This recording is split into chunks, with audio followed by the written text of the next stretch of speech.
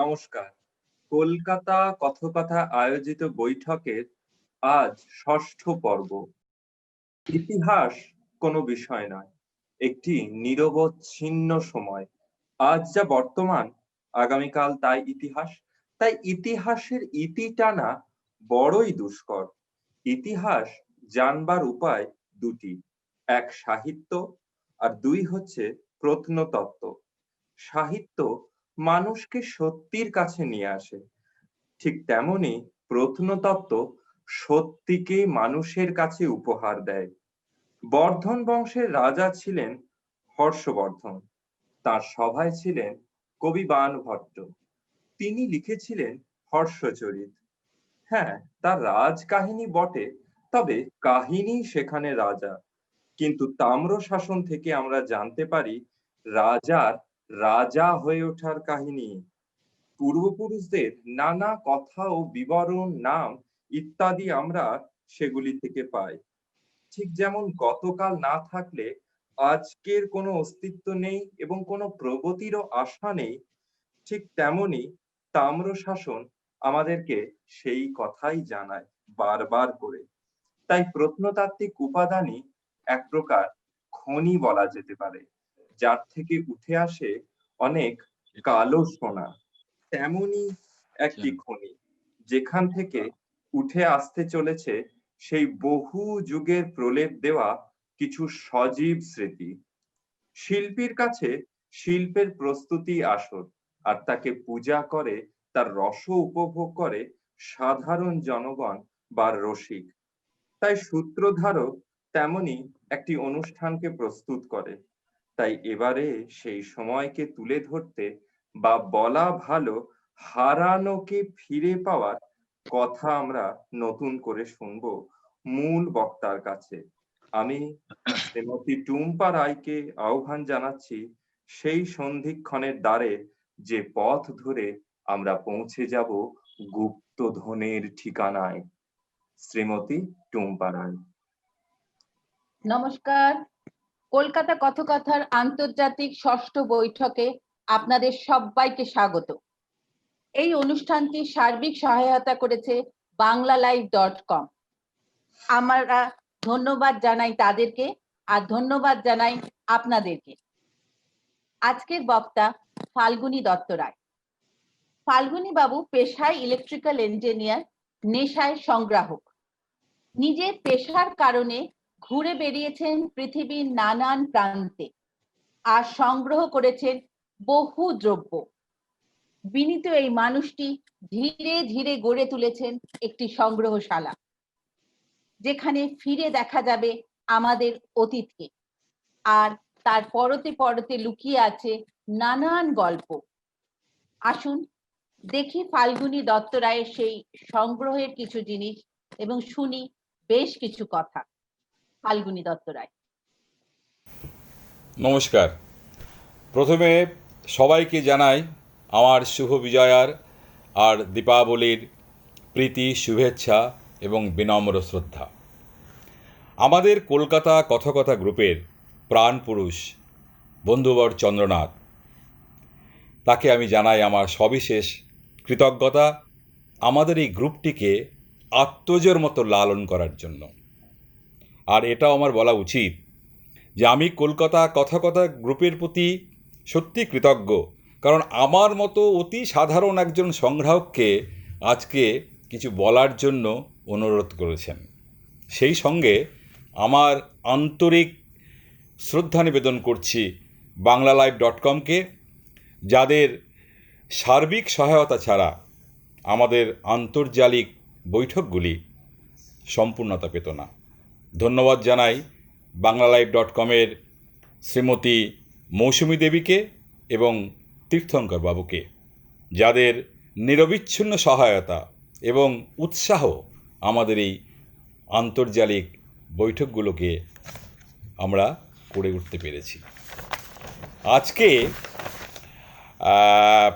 আমার তো কিছু কিছু সংগ্রহ হয়েছে, বলেছেন 30 বছর ধরে করছি, তো সব তো আর দেখানো সম্ভব নয়। কিছু সংগ্রহ আজকে আপনাদের আমি দেখাবো।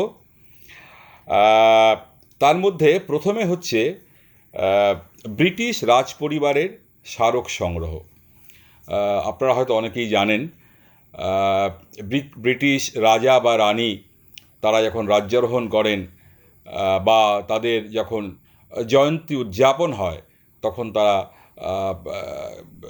সরকারিভাবে হোক বা বেসরকারিভাবে হোক তারা প্রচুর স্মারক দ্রব্য প্রকাশ করেন। তার কিছু স্মারক দ্রব্য আমি সংগ্রহ করতে পেরেছি, তো সেগুলোকে দেখাবো। তারপরে কিছু দেখাবো আমার পুরনো সংবাদপত্রের কিছু সংগ্রহ। পুরনো সংবাদপত্রের পর আমি দেখাবো কলম্বিয়ান এক্সপোজিশন 1893-র কিছু স্মারক, যেখানে আমাদের স্বামী বিবেকানন্দ শিকাগো বক্তৃতা করেছিলেন। তো সেই বক্তৃতার যে সুভিনির বেরিয়েছিল এবং স্বামীজির লেখা এবং ছবি নিয়ে বা অন্যান্য কিছু জিনিস, সেগুলো আমি দেখাবো। আর কিছু দেখাবো যেটা আমি কিছুদিন ধরে সংগ্রহ করছি, কিছু পুরনো শিশি, কিছু বোতল, কিছু কন্টেইনার ছোট ছোট, তো সেগুলো আমি কিছু দেখানোর চেষ্টা করব। আর কিছু দেখাবো আমার পুরনো কিছু ইঙ্কপট বা দোয়াত দানি। যাই হোক, প্রথমেই যেটা আমি বলেছি যে প্রচলিত অর্থে আমাকে ঠিক সংগ্রাহক বলা ঠিক হবে না, কারণ একজন সংগ্রাহক তার ভালোবাসার জিনিসটিকে নির্বাচন করে নিরবিচ্ছিন্নভাবে সেটি সংগ্রহ করেন একটি বিশেষ বিষয়কে কেন্দ্র করে। কিন্তু আমার ব্যাপারটা একটু আলাদা। আমার যা ভালো লেগেছে আসে যাওয়ার পথে, যেটা আমার দৃষ্টি আকর্ষণ করেছে, শুধু তাই নয়, আমার আর্থিক ভাবেও আমাকে দেখতে হয়েছে যেটা আমি পারবো কিনা সংগ্রহ করতে। সেটা যদি আমি যদি করে থাকতে পারি, তখন আমি সেই জিনিসটাকে আমার সংগ্রহ করে আমি নিয়ে এসেছি। হারিয়ে যাওয়া জিনিসের প্রতি একটা আমার টান তো বরাবরই ছিল। তো আমি সংগ্রাহক কী করে হলাম, সে কথাটা আমাকে চন্দ্রনাথ জিজ্ঞেস করছিল, তুমি আর গল্পটা কী। তো আমি একটু ছোট্ট করে বলি, আমার ছোটোবেলাটা কিন্তু কেটেছে একটা প্রত্যন্ত গ্রামে। সে গ্রামটির নাম হলো ঘোষপুর, উত্তর 24 পরগনা জেলার একটি ছোট্ট গ্রাম। তো সেখানে আমি দেখেছি যে আমরা তখন হয়তো 10 বছর, আমাদের 12 বছর বয়স, যেটা আমি ভালোভাবে মনে করতে পারি। তখন মেলা হতো, দোলের মেলা, চড়কের মেলা, পয়লা বৈশাখের মেলা। তো মেলা হতো, আমার মা বা অন্য কারোর সাথে আমি সেই মেলায় যেতাম। সেই মেলায় গিয়ে আমি দেখেছি নানান ধরনের জিনিস এবং সবার একটা ইনভলভমেন্ট, সমস্ত গ্রামবাসীর একটা ইনভলভমেন্ট। তারা কেউ হয়তো দৈনন্দিন তৈজসপত্র কিনছেন, কিংবা কেউ হয়তো কিছু মূর্তি কিনলেন ঘর সাজাবার জন্য, কেউ হয়তো অন্য কিছু। আমার এখনও মনে পড়ে সেই গালের তুলো লাগানো দাড়ির স্প্রিং লাগানো সেই পুতুলখানির কথা, দাদু পুতুল। সেই মাথা নাড়াতো। আমি জানি না কিভাবে আমি কানেক্টেড হয়ে গেছিলাম ওই পুতুলটির প্রতি। সেই দাদু পুতুল, হাতে একটি হুঁকো, মাথাটা কাঁপছে, আমি জানি না কেন ওই পুতুলটা আমি সংগ্রহ করতাম। আরেকটি আমার খুব প্রিয় পুতুলের মধ্যে আমার ছিল, সেটি একটি মায়ের কোলে একটি শিশু। এই দুটি পুতুল আমি যতবারই মেলা হতো ততবারই সংগ্রহ করতাম, সাজিয়ে রাখতাম। তবে কালের নিয়মে সেই পুতুলগুলি এখন আমার আর নেই। তবু সে কথাগুলো মনে পড়লে খুবই খারাপ লাগে যে আমি কেন সেগুলোকে রাখতে পারিনি। তখন থেকেই সংগ্রহের প্রতি আমার একটা কিন্তু ভালোবাসা জন্মায়, এবং আমি আমার দাদুকেও দেখেছি তার কিছু পুরনো চিঠিপত্র, তার কিছু ডকুমেন্ট, সেগুলো উনি তখনকার সময়ের অনুযায়ী রাখতেন। তো সেইভাবে আর কি আমি রাখার চেষ্টা করেছি এবং আমার ভালোবাসাও জন্মেছে, এবং আমার কর্মসূত্রে আমাকে বিভিন্ন জায়গায় ঘুরতে হয়েছে। ভারতবর্ষের সমস্ত স্টেটগুলোতেই আমি ঘুরেছি, এবং যখন যেটা পেয়েছি আমি সেটা রাখার চেষ্টা করেছি। তো আজকে প্রথমে আমি বলবো ব্রিটিশ স্মারকদ্রব্যের কথা যা কিনা প্রকাশ পেয়েছিল ব্রিটিশ রাজা বা রানী রাজ্যাভিষেক বা জয়ন্তী উদযাপনের সময়। প্রথমে বলি প্রথমটি আমি কিভাবে সংগ্রহ করলাম স্মারকদ্রব্যটি। তো আমি আগেই বলেছি যে ফুটপাথের যারা দোকানি, ছোট ছোট দোকানি, তারা কিছু জিনিসপত্র নিয়ে বসে আছেন এবং আমার দৃষ্টি সবসময় আকর্ষণ করতো। তাদের কাছে গিয়ে দেখতাম যদি কখনো কিছু পাওয়া যায়, হয়তো পুরনো জিনিস কেউ ফেলে দিয়েছে, ও হয়তো গিয়ে নিয়ে বসেছে। এবং আমি দেখেছি অনেক সময়ই একটা কথা আছে না যে যেখানে দেখিবে ছাই উড়াইয়া দেখো তাই, পাইলেও পাইতে পারো অমূল্য রতন। পেয়েছি অমূল্য রতন, আমি অনেকবারই পেয়েছি আমি এইভাবে ঘোরাঘুরির সময়। তো বছর 30 আগে আমার এখনও মনে পড়ে, আমি শোভাবাজার থেকে আহিরিটলার দিকে হেঁটে যাচ্ছিলাম কোনো একটা কাজে। তো আমি দেখি একজন ফুটপাথেরই একজন দোকানি, সে কিছু একটা কাপড় পেতে কিছু জিনিসপত্র নিয়ে বসে আছেন। তো সেখানটা আমি একটা গ্লাস একটা পেলাম। তো সেই গ্লাসটা হচ্ছে অ্যাকচুয়ালি এই গ্লাসটি আমি পেয়েছিলাম। এটি একটি এনামেল গ্লাস। একদিকে কুইন ভিক্টোরিয়ার একটু বেশি বয়সের ছবি, যেখানে লেখা আছে 1897, আর তার পেছনে কুইন ভিক্টোরিয়ার একটু কম বয়সের ছবি, যেখানে 1837 সাল লেখা রয়েছে। সত্যি কথা বলতে কি, আমি জানতাম না কেন ওই গ্লাসটি বেরিয়েছিল, কে প্রকাশ করেছিল, তার কী ব্যাপার কিছু জানা ছিল না। তো আমি তো তার সঙ্গে দরদাম করে বগল দাবা করে বাড়ি নিয়ে এলুম, কিন্তু বারবার মনের মধ্যে একটা খচখচ করতে লাগলো যে জিনিসটা কী অ্যাকচুয়ালি, ওটা মানে কী ব্যাপার। তারপরে আস্তে আস্তে এর একটা বলে রেখে একটা কথা, এই প্রসঙ্গে কিন্তু যে খুব বেশি বই আমাদের এখানে পাওয়া যায় তা কিন্তু নয়, আর তখন তো অত ইন্টারনেটের চলও ছিল না, ফলে জানতেও পারিনি। যাই হোক, তারপরে কিছু আমি বই একটা জোগাড়ও করতে পেরেছি। তখন জানতে পারলাম যে এটিকে স্মারক একটি দ্রব্য, এবং যেটি প্রকাশ পেয়েছিল কুইন ভিক্টোরিয়ার জুবিলি সেলিব্রেশন 1897, তাই সেই সময় তার 60 বছর জয়ন্তী উদযাপনের সময় তার সেটি বেরিয়েছিল। এবং আরও কিছু যখন আমি ওটাকে নিয়ে একটু পড়াশুনো করলাম, অল্প স্বল্প দেখলাম যে 19বিংশ শতাব্দীর শেষ ভাগ পর্যন্ত যখন স্মারকদ্রব্য সংখ্যায় খুব কম ছিল এবং দামও খুব বেশি ছিল, যার জন্যে সাধারণ মানুষ সেটা খুব একটা সংগ্রহ করে উঠতে পারেননি। দেখা যাচ্ছে 1547 সালে 1547 এডওয়ার্ড সিক্স, উনি যখন ওনার যখন করোনেশন হচ্ছে, রাজ্যাভিষেক হচ্ছে, তখন একটা স্বর্ণপদক কিন্তু প্রকাশ পেয়েছিল। তো সেটাই সম্ভবত প্রথম ব্রিটিশ স্মারক দ্রব্য যেটা প্রকাশ পায়। তারপর থেকে 1603 সালেও স্বর্ণপদক স্মারক হিসাবে প্রকাশ পেয়েছিল জেমস প্রথমের রাজ্যাভিষেকের সময়। এবং তখন থেকে 1603 সাল থেকে যখন রাজা জেমস থেকে উনি যখন রাজ্যারোহণ করলেন, তখন যে বেরোলো স্বর্ণপদক বা স্মারক দ্রব্য, তখন থেকে শুরু করে আজ পর্যন্ত কিন্তু সেই ধারাটা বজায় রয়েছে। এবং তারপর যারা যারা রাজা বা রানী হয়েছেন তাদের সেই রাজ্যাভিষেকটাকে স্মরণীয় করে রাখার জন্য তারপরে বিভিন্ন ধরনের মেডেল বা অন্যান্য জিনিসপত্র তখন বেরিয়েছে বা এখনও বেরোচ্ছে।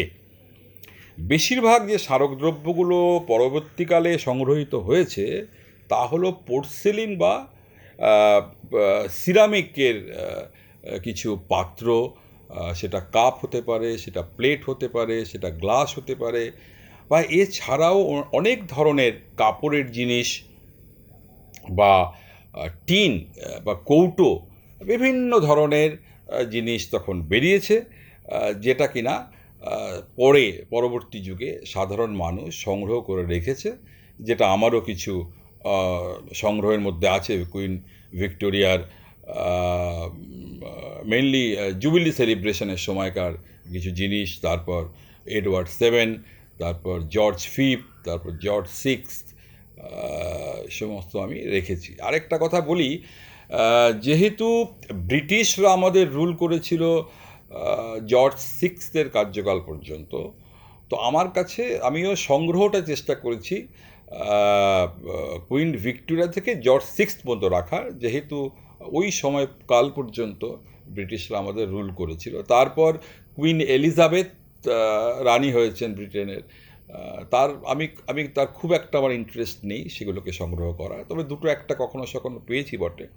তো যাই হোক, এবার একটা কথা বলি, দ্বিতীয় চার্লস যখন রাজা হয়ে বসলেন 1660 সালে, তখন কিন্তু বেশ কিছু স্মারকদ্রব্য প্রকাশ পায়, যেটা হচ্ছে কাঁচ বা ডাচ ডেল্ফটওয়্যারের।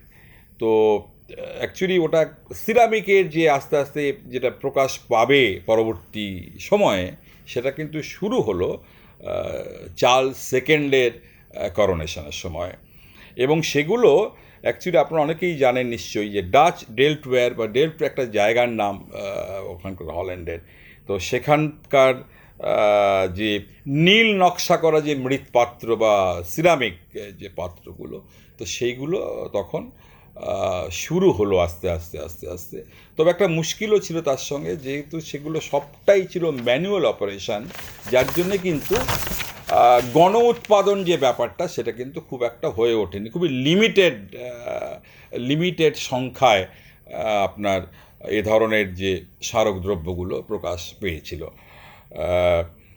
তারপরে ধরুন 1831 সালে যখন উইলিয়াম ফোর তার যখন করোনেশন হচ্ছে, তখন কিন্তু সিরামিক একটু সংখ্যায় সিরামিক স্মারকদ্রব্যের কিছু বেড়েছে, এবং শুধু তাই নয়, তার কিছু আপনার আবক্ষ মূর্তি ওই সময় বেরিয়েছিল, এবং প্রজারা আবার উইলিয়ামকে খুব ভালোবাসতো, যার জন্যে ওটা অনেকেই সংগ্রহ তখন করেছেন, যে আপনার উইলিয়াম ফোরের বেশ কিছু সিরামিকের স্মারকদ্রব্য। যদিও আমার সংগ্রহে উইলিয়াম ফোরের নেই, আমার তার পরের থেকে আর কি, মানে কুইন ভিক্টোরিয়া থেকে আছে। তো সবচাইতে যেটা বেশি যদি বলা যায়, সেটা কিন্তু শুরু হলো আপনার কুইন ভিক্টোরিয়ার জুবিলি সেলিব্রেশন 1897 থেকে, এবং তারপরে আরও বেশি ওটা বেড়ে যায় আপনার 1902 সালে, যখন এডওয়ার্ড সেভেন যখন রাজা হয়ে বসলেন বা তারপর। তো আরেকটা গল্প আছে তার মাঝখানে, কুইন ভিক্টোরিয়ার, ঠিক আছে, জুবিলি সেলিব্রেশনের ওটা আগে আমি দেখিনি, তারপরে আমি গল্পটা বলছি। কুইন ভিক্টোরিয়ার জুবিলি সেলিব্রেশনের সময় যে সিরামিক বা পোর্সেলের বিভিন্ন ধরনের কাপ থেকে শুরু করে, প্লেট থেকে শুরু করে বিভিন্ন জিনিস বেরোয়। তার একটা আমি একটা কফি মগ আমি একটা দেখাচ্ছি আপনাদের। এটি 1897 সালে কুইন ভিক্টোরিয়ার জুবিলি সেলিব্রেশনের জন্য বেরোয়। এখানে ওই সময়কার ফ্ল্যাগ দেখা যাচ্ছে, ডায়মন্ড জুবিলি কুইন ভিক্টোরিয়া লেখা আছে। তেমনি যেমন এটা একটা সিরামিক একটা বিকার, খুব সুন্দর। এটাও 1897-এ কুইন ভিক্টোরিয়ার ডায়মন্ড জুবিলির সময় বেরোয়। এগুলো সবই আপনার পটার্সদের মার্কটাও আছে।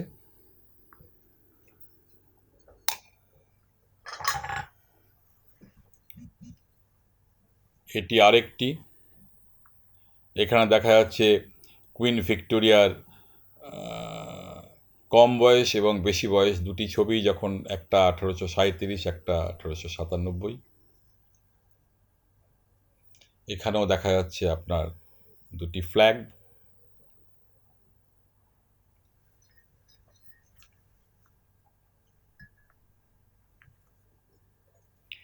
এটি একটি মিল্ক পট ওই সময়কার।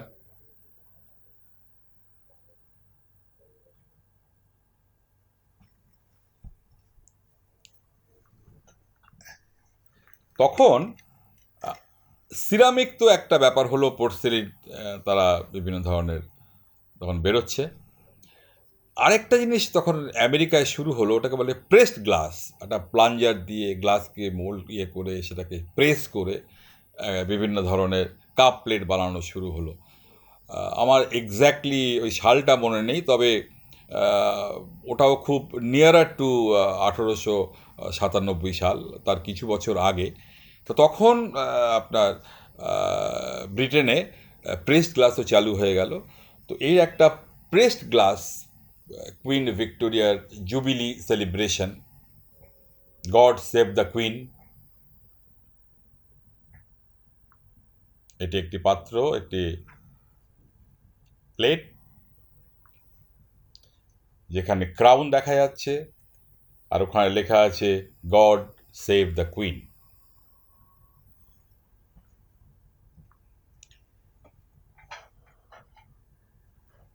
আরেকটা জিনিসও দেখাচ্ছি, এটি একটি সিরামিক প্লেট, খুব ইন্টারেস্টিং একটি প্লেট। এই প্লেটটিতে এখানে লেখা আছে টোটাল পপুলেশন অ্যাবাউট 30 crores, তারপরে হচ্ছে ব্রিটিশ এম্পায়ারের দেখাচ্ছে, টোটাল এরিয়া দেখাচ্ছে, টোটাল এক্সপোর্ট কত করেছে ওরা 1885 সালে, টোটাল ইম্পোর্ট করেছে কত, এবং এখানে লেখা আছে Victoria queen and empress jubilee year 1887। তার মধ্যে দেখতে পাচ্ছি এখানে আছে ইন্ডিয়া, ইন্ডিয়ার নাম।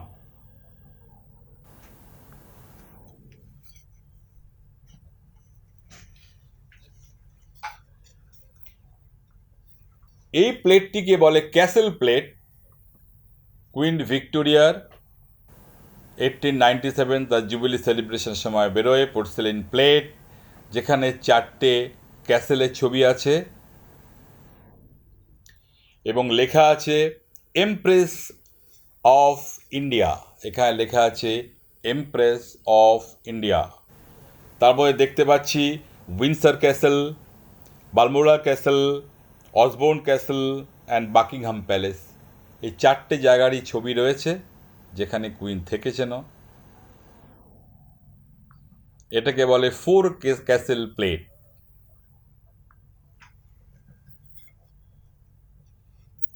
কুইন ভিক্টোরিয়ার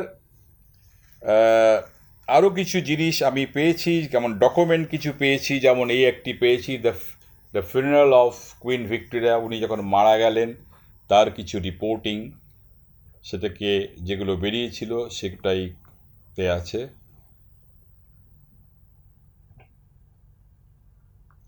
এছাড়া কুইন ভিক্টোরিয়া যখন মারা গেলেন তার পরের দিন, এটা হচ্ছে পাবলিশড অন 1901 জানুয়ারি 23, এটি একটি নিউজ পেপার, এটা ভাঁজ করা আছে,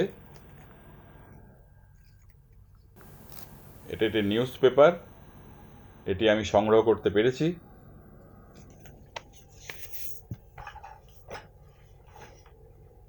কিছু কুইন ভিক্টোরিয়া মেমোরিকে নিয়ে যখন মারা যাওয়ার পরে কিছু কার্ড এগুলো ডিস্ট্রিবিউট হয়েছিল, in Memorial of queen Victoria,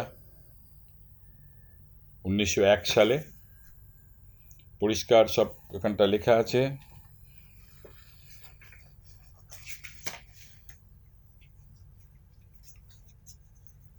বিভিন্ন অনেক সময় কি হয়েছে, বিভিন্ন ধরুন স্কুল কলেজ বা বিভিন্ন কর্পোরেশন, এরা নিজেদের মতন করে তারা সেলিব্রেট করেছে, কেউ তাদের স্মরণ করেছেন।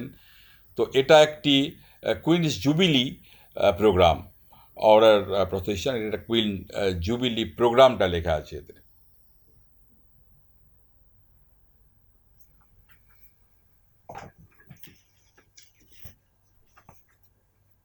থ্যাঙ্কস গিভিং প্রেয়ার, এটাও তাই, বিভিন্ন লোকালি বিভিন্ন জায়গাতে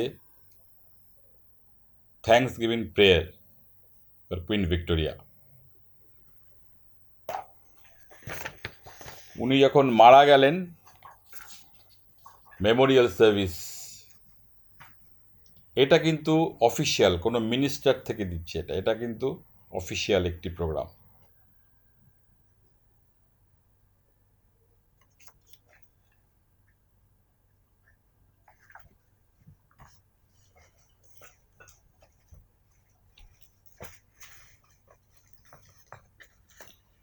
আরেকটি ইন্টারেস্টিং জিনিস পেয়েছিলাম, সেটা হচ্ছে কুইন ভিক্টোরিয়াস জুবিলি সেলিব্রেশনের সময়কার একটি টিকিট, যে টিকিটটি ইস্যু করা হয়নি। এ দেখা যাচ্ছে যে অ্যাডমিট ড্যাশ ড্যাশ ড্যাশ বা তার নাম লেখা নেই, এই টিকিটটি পেয়েছিলাম। এবং তার পেছনে সিটিং অ্যারেঞ্জমেন্ট কীভাবে আছে সেটা ওখানে লেখা ছিল। এখানে যেমন লেখা আছে যে admit mister Swanson whose number as is dash dash dash to the agricultural hall at 12 o'clock on Tuesday 21st June 1887, J C Vidler mayor. তার মানে এটা ওই মেয়র ওখান থেকে ইস্যু করেছিলেন তাদের প্রোগ্রামের জন্য এন্ট্রি টিকিট। এরপর কুইন ভিক্টোরিয়ার পর তারপরে আরেকটু এবারে কথায় আসি, যেটা বলছিলাম যে কুইন ভিক্টোরিয়ার পর এডওয়ার্ড 7 রাজা হলেন, কিন্তু এডওয়ার্ড 7 তো রাজা হওয়ার কথা ছিল না। না, আই এম সরি, এডওয়ার্ড 7 রাজা হলেন, সেটা আমি আগে দেখিনি, তারপর আমি এডওয়ার্ড 8-এ আসবো। এটি এডওয়ার্ড 7 1902 সালে ওনার যখন করোনেশন হলো, তখনকার এটি একটি ওয়াটার মগ, বড় একটা মগ, এটা জলের মগ দেখতে পাচ্ছেন। এখানে ক্রাউনের ছবি আছে, তবে এটি আনমার্ক, এটা কিন্তু মার্ক নেই।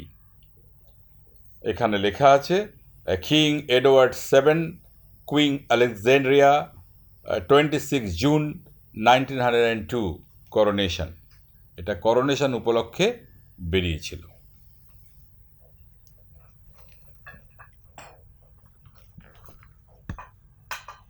যেটা প্রেসড গ্লাস দেখাচ্ছিলাম, তো এই প্রেসড গ্লাসটি কিন্তু 1902-তে এডওয়ার্ড 7 করোনেশন উপলক্ষে।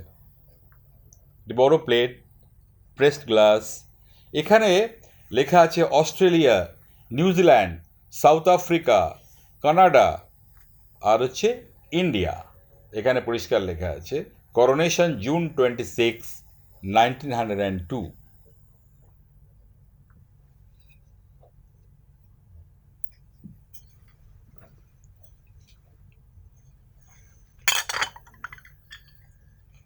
দেখুন, জুতোর শেপে সিরামিক জুতো, একটার নিচে দেখা যাচ্ছে কিং এডওয়ার্ড 7, পাশেরটা দেখা যাচ্ছে কুইন আলেকজান্ড্রিয়া।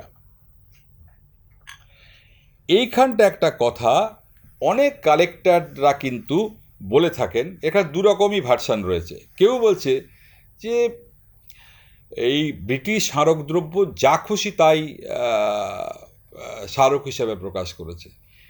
জুতোর মধ্যেও কুইনের ছবি, জুতোর মধ্যে কিংয়ের ছবি, একটা রুমাল তাতে একটা কিংয়ের ছবি, তার এর কোনো দাম নেই, যা খুশি তাই ছাপিয়েছে আর বিক্রি করেছে। আর কেউ বলেন যে না না না, ওটা তো সাধারণের জন্য, সবার জন্য, ফলে যেটা ভালো লেগেছে সেটাকে কালেকশন করো। ইংল্যান্ডে দেখা যাচ্ছে এক ভদ্রমহিলা, তার বয়স প্রায় মোর দ্যান 90 years old, তা সেই মহিলার আমি নামটা এই মুহূর্তে ভুলে গেছি, তার অ্যাবাউট 10,000 পিসেস অফ সাচ মেমোরেবিলিয়া ওনার কাছে আছে, তো ওখানে কালেকশন করেন। এখানে আমি যেটা দেখাচ্ছিলাম, আমি প্রথমটি তো আমি শোভাবাজারেই পেলাম, তারপরে কিছু এখানে পেয়েছি, কিছু আমি আনিয়েছি বিভিন্ন জায়গা থেকে। তো তারপর কুইন ভিক্টোরিয়া বা এডওয়ার্ড 7 পর তারপরে রাজা হলেন আপনার জর্জ 5। এটি একটি বিকার, তার পেছনে লেখা আছে queen Alexandria, queen Mary. George 5 এখানে সিগনেচারটাকেও প্রিন্ট করা আছে, আর লেখা আছে coronation of their majesties king George 5 and queen Mary June 22, 1911। আরেকটা জিনিস লেখা আছে যেটা আমি চিন্তা করছি যে ব্যাপারটা কি। এখানে লেখা আছে presented by their magistrates, Crystal Palace, June 30, 1911। এই লেখাটা কিন্তু আমি অন্য কোথাও পাইনি, যেখানে লেখা আছে প্রেজেন্টেড বাই দেয়ার ম্যাজেস্টিস। তাহলে কি কিছু লোককে, স্পেশাল লোককে যারা ক্রিস্টাল প্যালেসে গেছিলেন, কোনো সেখানে দেওয়া হয়েছিল তার নাম করে, তাদেরকে গিফট, সেটা কিন্তু এখনও আমি উদ্ধার করতে পারিনি। কিন্তু লেখা আছে presented by their magistrates, Crystal Palace, June 30। তার মানে জুন 22 ওনার কিন্তু করোনেশন হলো, আর জুন 30 এই কাপগুলোকে, বিকারগুলোকে দেওয়া হয়। আমি আরেকটা জিনিস দেখাতে ভুলে গেছিলাম যখন কুইন ভিক্টোরিয়ার কথাই বলছি। এটি একটি খুব বড় সাইজের একটি লন্ডন ইলাস্ট্রেটেড লন্ডন নিউজ একটি বই। এটি প্রকাশ পায় 1901 সালে। কুইন ভিক্টোরিয়ার জাস্ট পরলোকগমনের পর এখানে বেশ কিছু সুন্দর ছবি আছে ওনার, এবং বিভিন্ন লেখা রয়েছে। Illustrated London news record glorious reigning of queen Victoria 1837 to 1901। তো এই বইটা তখন প্রকাশ পেয়েছিল। এবারে এডওয়ার্ড সেভেনের সময়ও সিমিলার ওনার যে করোনেশন যখন হয়, দেখুন 1902 সালে, তখন এই special number of illustrated London news এটি বেরোয়। এখানে প্রচুর ছবি, কালার্ড, ব্ল্যাক অ্যান্ড হোয়াইট, সে সমস্ত ছবিগুলো আছে, সেটা এখন দেখানো সম্ভব না এর থেকে। এটিও আমার সংগ্রহে আছে। একই রকমভাবে ইলাস্ট্রেটেড লন্ডন নিউজ সাইজটা একটু ছোট, যখন সিলভার জুবিলি হচ্ছে আমাদের কিং জর্জ 5-এর, তখন কিন্তু এই ইস্যুটা বেরোয়। এবং এখানে এর মধ্যে একটি ছবি আছে, ওনার ইন্ডিয়াতে একটা করেছেন যখন এসেছিলেন, তখনকার একটি ছবি এখানে দেখানো আছে। সেটা এখন বের করতে পারছি না, কিন্তু এর মধ্যে সেই ছবিটি আছে। এটা বেরিয়েছিল সিলভার জুবিলি উপলক্ষে। তো আগে আমি যে কাপটি দেখালাম সেটি হচ্ছে পঞ্চম জর্জের করোনেশনের সময় আরও কিছু আমার কাছে রয়েছে, যেমন করোনেশনের এই একটি করোনেশনের 1911 সালে। এটিও কিন্তু, যেটি আমি এনামেল গ্লাস পেয়েছিলাম সেটি একই জিনিস, কিন্তু এটি হচ্ছে পঞ্চম জর্জের 1911, উনি যখন রাজ্যারোহণ করছেন তখন বেরিয়েছিল এটি একটি গ্লাস। একই রকমভাবে, যদিও তখন মানে অ্যালুমিনিয়ামও তখন অলরেডি আপনার শুরু হয়ে গেছে, অ্যালুমিনিয়াম।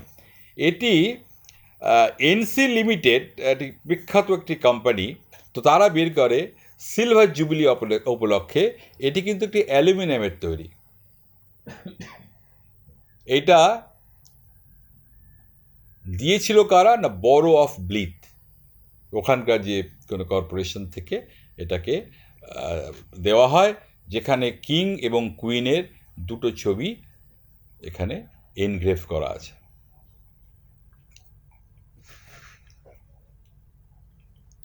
এবারে আরও একটি দেখাচ্ছি। এটি বেশ বড় আকারের একটি কফি মগ বলুন, যাই বলুন,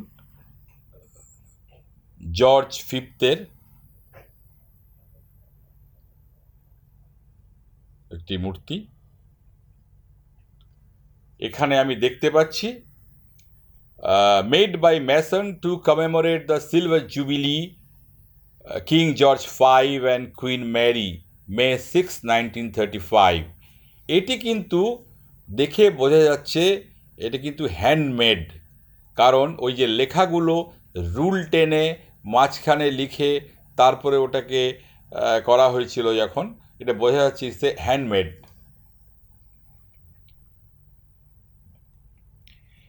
এবারে আপনার জর্জ ফিফথের সময়কার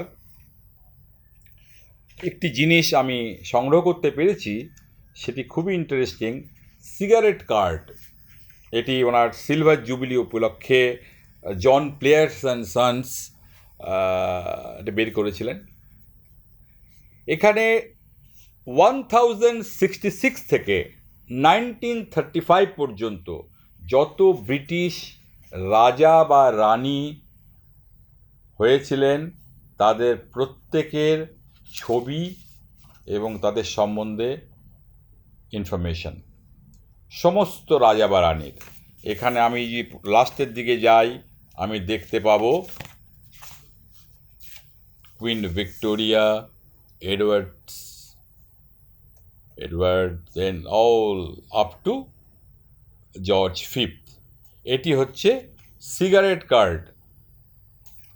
এই সমস্ত এগুলো যে ছোট ছোট কার্ড এখানে পেস্ট করা আছে, এবং কার্ড এখানে পরিষ্কার করে লেখা আছে যে ওই রাজা বা রানী সম্বন্ধে। 1066 থেকে 1935 পর্যন্ত, মানে 1066 সাল থেকে 1935 সাল পর্যন্ত যত ব্রিটিশ রাজা বা রানী ছিলেন তাদের সময়কার ইনফরমেশন।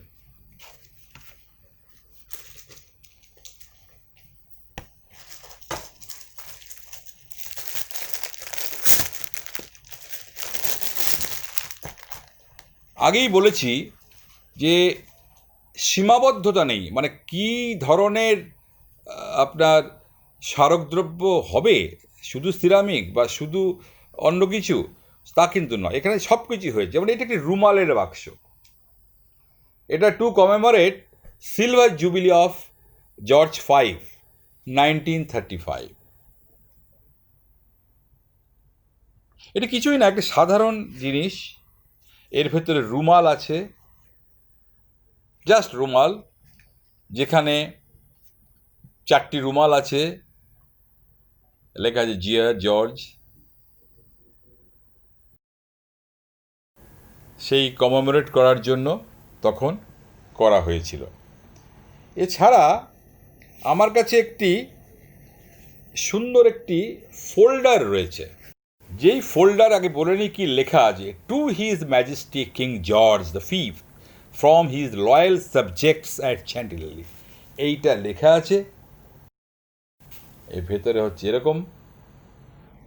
এখন যেহেতু এটা অ্যাড্রেস করা হয়েছে টু হিজ ম্যাজেস্টি জর্জ ফিফথকে, এবং চ্যান্টিলেলি অ্যাকচুয়ালি ফ্রান্সের একটা জায়গা যেখানে ব্রিটিশ রয়্যালরা ওখানে যেতেন সময় কাটাবার জন্য, বিনোদনের জন্য হয়তো কিছু কেউ।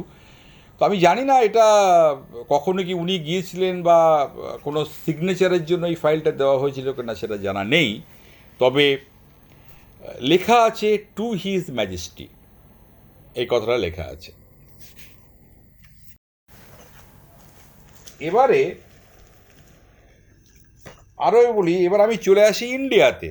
ইন্ডিয়াতেও তো কিছু কমেমোরেশন হয়েছে, তারা তো কিছু মেমোরেবিলিয়া বের করেছে। তো আমার কাছে সে ধরনের খুব বেশি আমি জোগাড় করে উঠতে পারিনি।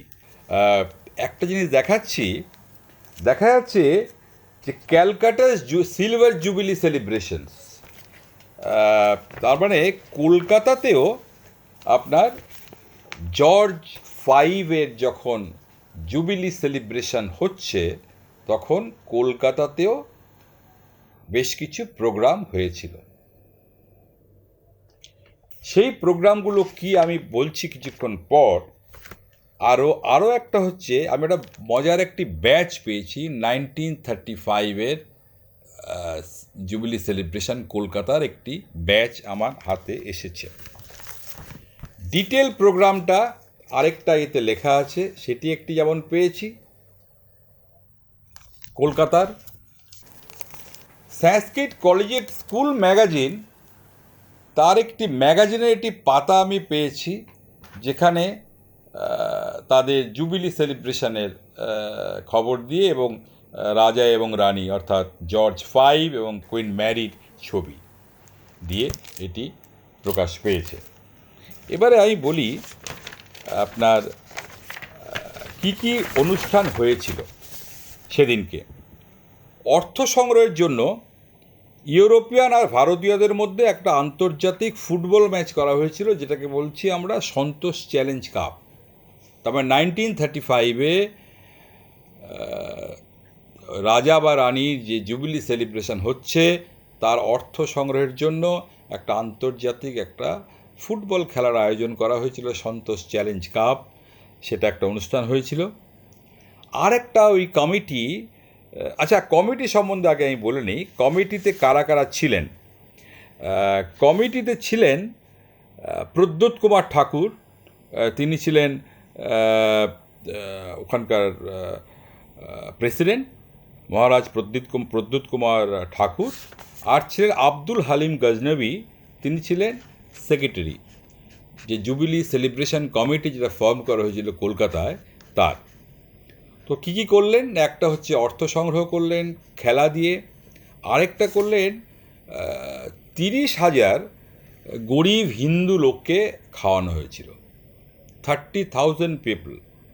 এবং তখন যেহেতু হিন্দু মুসলমানের একটা ব্যাপার ছিল সবসময়, তো সেখানে খুব বড়োভাবে হিন্দুদের জন্য আলাদা, মুসলমানদের জন্য আলাদা দেখতে পাচ্ছি 30,000 হিন্দু লোককে খাওয়ানো হয়েছিল। আর আরেকটা বলছে যে একসঙ্গে 2,000 লোককে খাওয়াবার অ্যারেঞ্জমেন্টটা ছিল, ওইটা ছিল। আর এছাড়াও 1500 খ্রিস্টানকেও খাওয়ানো হয়েছিল। আরেকটা মজার ব্যাপার লক্ষ্য করলাম, ওতে লেখা আছে 1,25,000 ছাত্রকে দুয়ানা করে দেবার অনুমোদন দেওয়া হয়েছিল বিভিন্ন স্কুল কর্তৃপক্ষকে। তার মানে জর্জ ফিফথের যখন জুবিলি সেলিব্রেশন হচ্ছে আমাদের কলকাতায়, তখন গভর্নমেন্ট থেকে বলা হলো সমস্ত স্কুলগুলোকে অ্যাবাউট 1,25,000 ছাত্রছাত্রীদের দুয়ানা করে দেওয়া হোক, এটা দেওয়া হয়েছিল, ওখানে দেখতে পাচ্ছি। আর হয়েছিল কলকাতা শহরে বিরাট আলোকসজ্জা, মানে ওই আলোকসজ্জা জিপিও বিল্ডিং থেকে শুরু করে কলকাতার বিভিন্ন রাজপথকে আলোয় মুড়ে ফেলা হয়েছিল। সেটা একটা খুব বড় একটা ইভেন্ট, এবং লোকেরা সেখানে গেছে দেখার জন্য। বাজি পোড়াবার একটা ব্যবস্থা হয়েছিল। ট্রেনে করে যারা এসছেন বিভিন্ন জায়গা থেকে তাদের কনসেশন দেওয়া হয়েছিল। এই সমস্ত ব্যাপারগুলো গভর্নমেন্ট থেকে করা হয়। কিন্তু মজার একটা লিফলেট আমার হাতে এসছে, ভেরি ফানি। সেটি কি লেখা আছে আমি পড়ব। এই লিফলেটটি কালীমাতার সেবায়ত মহোদয়গণের উদ্যোগে, এখানে লেখা আছে যেটা পড়ছি, শ্রী শ্রী কালীমাতার সেবায়ত মহোদয়গণের উদ্যোগে শ্রী শ্রী কালীমাতার মন্দিরে ভারত সম্রাটের রজত জুবিলির উৎসব উপলক্ষে ভারতেশ্বরের কল্যাণ কামনায় কুমারীগণ কর্তৃক প্রচারিত প্রার্থনা গীতি। লিখছে, পরাণে আজিকো পুলক ধারা বহিছে নবীন সুতান তুলি, মোদের রাজার জগৎ মাঝে হইবে নব রজত জুবিলি। এসো গো শিবে মহেশ রমা, মোদের সম্রাটে করুণা করমা, যাচি দশে মা তব পাশে কর, মঙ্গল মুন্ড মালি, আজি তোমার মন্দির দ্বারে মিলেছি সকলে এক অন্তরে, পঞ্চম জর্জে করুণা করে দীর্ঘ জীবন দেহমা কালী। মানে ব্রিটিশ সাম্রাজ্যের প্রতি আনুগত্য প্রকাশের জন্যই হোক এইটা করা হয়েছিল। তবে কোন কালীবাড়ি থেকে করা হয়েছিল সে তো পরিষ্কারভাবে লেখা নেই, কিন্তু কোনো কালীবাড়ি থেকে কুমারীগণ এরা সব করেছিলেন, এটা একটা জানা গেল। এই লিফলেটটি আমার হাতে কিছুদিন আগেই এসেছে। এবারে যখন পঞ্চম জর্জের আরও কিছু আমার সেগুলো হয়তো দেখানো হয়নি, যেমন এডওয়ার্ড সেভেনটাও আমি সরি আমার দেখে উঠতে পারিনি আগে। এখানে একটি সুন্দর একটি বিকার, যেখানে দেখা যাচ্ছে এডওয়ার্ড 7কে এবং কুইন আলেকজান্ড্রিয়াকে। এখানে লং লাইফ অ্যান্ড হ্যাপিনেস বলে পেছনে একটি লেখা রয়েছে। আরেকটি কফি মগ, এগুলো, এটা হচ্ছে আপনার করোনেশন অফ এডওয়ার্ড সেভেন, খুবই সুন্দর কন্ডিশনে পাওয়া গেছে।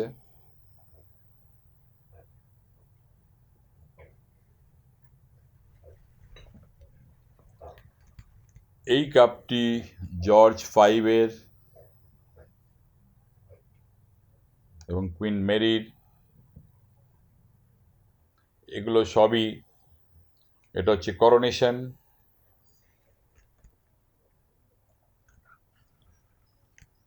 এই কাপটি এডওয়ার্ড সেভেন, এর প্লেটটি আমি জোগাড় করতে পারিনি।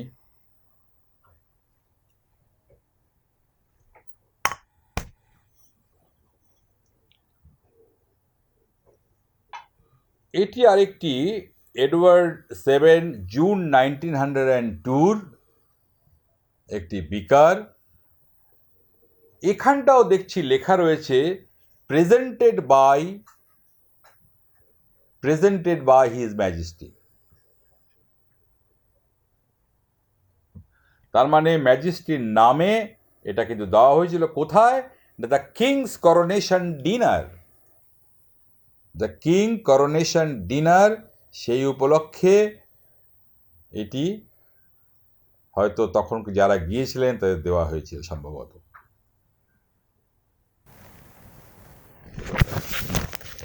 এবারে যেটা বলছিলাম, পঞ্চম জর্জের পর রাজা হওয়ার কথা যার, তার নাম ছিল এডওয়ার্ড এইট। কিন্তু উনি কি করলেন, আমেরিকান এক সিমসন নামনি এক মহিলাকে, ডিভোর্সি মহিলাকে বিয়ে করার জন্য ওনাকে তো রাজ্যপাট ছাড়তে হলো, হি হ্যাড টু অ্যাবডিকেট। তো তখন কি হলো, অলরেডি বিভিন্ন কোম্পানি তারা কিন্তু বিভিন্ন স্মারকদ্রব্য অলরেডি বানিয়ে ফেলেছিলেন তার নামে।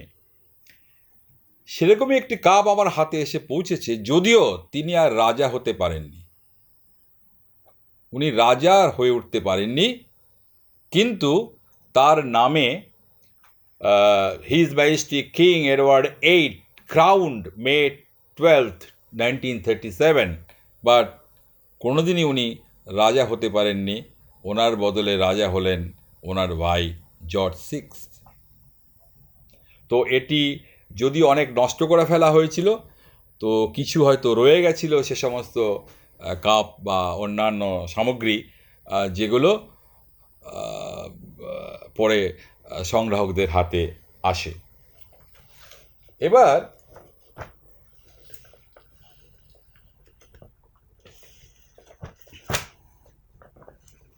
এই একটি স্পেশাল নাম্বার জর্জ ফিফথের, ওনার সিলভার জুবিলি উপলক্ষে।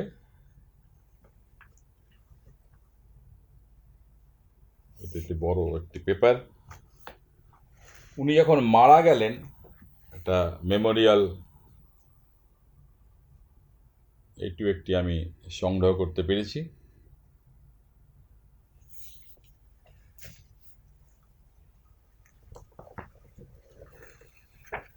আরেকটা কথাও বলে ওখানে এত কাগজপত্র নিয়ে বড় কুইন ভিক্টোরিয়ার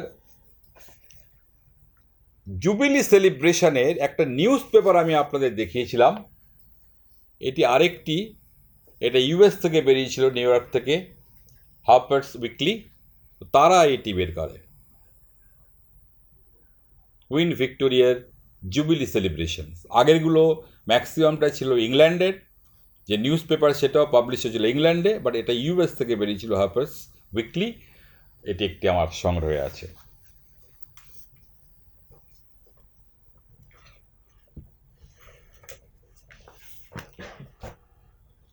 বলছিলাম যে এই এডওয়ার্ড এইটের তো আর রাজা হওয়া হলো না, তখন এডওয়ার্ড এইট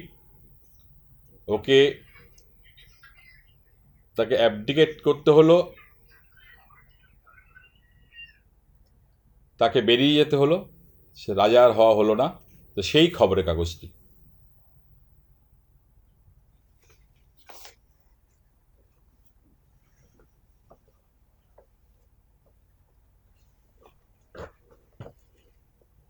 আরেকটা জিনিসও দেখিয়ে নিই। এই খবরের কাগজটি হচ্ছে 1902 এডওয়ার্ড 7 যখন রাজা হচ্ছেন, coronation newspaper.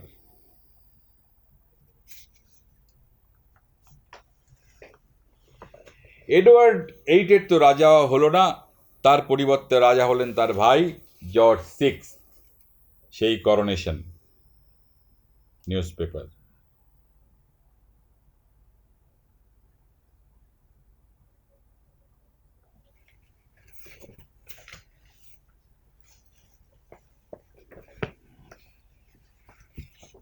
Crowning George 6। Daily Mail, Daily Mirror, এগুলো সবই ইংল্যান্ডে পাবলিশড কিছু খবরের কাগজ।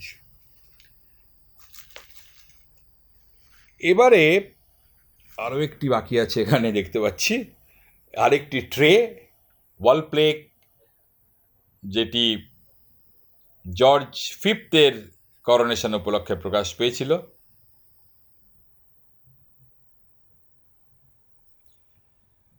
তো বিভিন্ন রকম সামগ্রী যেমন প্রকাশ পেয়েছে এদেরকে কমেমোরেট করার জন্য, তো তেমনি একটি আমার কাছে একটি কৌটো, টিন, এটা লেখা আছে Memorial of Glasgow celebrations 22 June 1911। Glasgow celebration হয়েছিল তখন একটি বিভিন্ন পাত্র কোনো কারণে হয়তো হবে, যখন জর্জ 5 রাজা হয়ে বসছেন, টু কমেমোরেট দ্যাট এই পাত্রটি টিনের এটি বেরিয়েছিল, হয়তো চকলেট টিনও হতে পারে, সেটা আমি বলতে পারছি না, লেখা নেই। এখানে লেখা আছে রাজা নয়, এটা হচ্ছে মেমোরিয়াল অফ গ্লাসগো সেলিব্রেশনে 22 June 1911, his majesty king George 5, her majesty queen Mary. এটি একটি এ ধরনের একটি টিন, এটি একটি আমার সংগ্রহে আছে। এছাড়াও বিভিন্ন রকমের পিকচার পোস্টকার্ড বেরিয়েছে। আরেকটি সংগ্রহ করতে পেরেছি, এটি একটি ভিনাইল রেকর্ড। জর্জ 6 যখন রাজা হলেন তখন সেই গড সেভ দ্য কিং, সেই গান এবং অন্যান্য কিছু জিনিস নিয়ে এখানে এই ভিনাইল রেকর্ডটি 75 RPM-এর এটি তখন প্রকাশ পায়।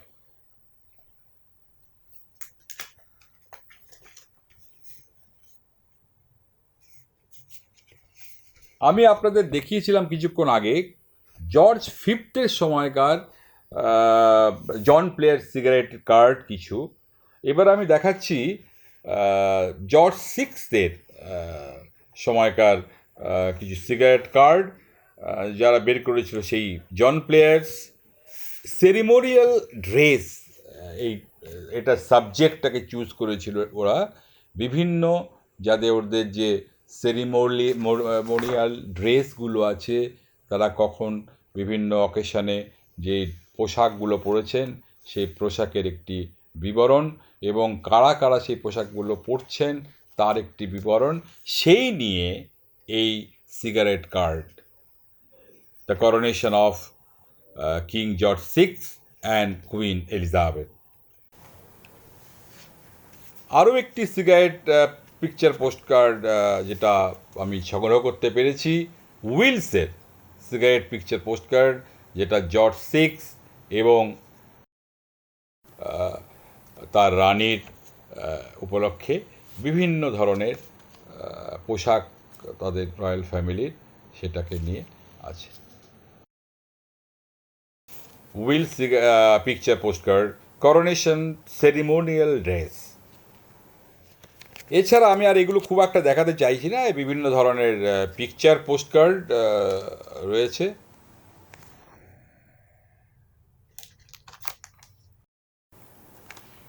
সেগুলো অনেক রয়েছে, আর এখন ওগুলো আর দেখাবো না।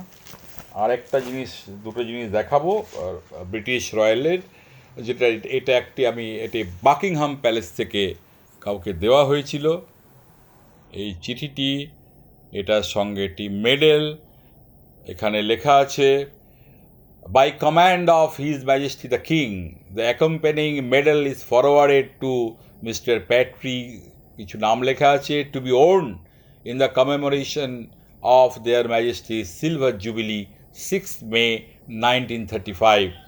এটা বাকিংহাম প্যালেস থেকে এটা দেওয়া হয়েছিল। এটি কিং জর্জ সিক্সের করোনেশন যখন হয়েছিল তার ডিটেল ইনফরমেশন, কোথায় কি হবে না হবে সমস্ত কিছু এখানে সেটা লেখা আছে।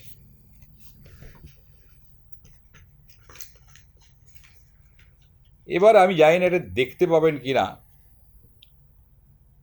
এটি একটি টিকিট, অরিজিনাল টিকিট, জর্জ সিক্সথের করোনেশন উৎসবে আমন্ত্রণপত্র,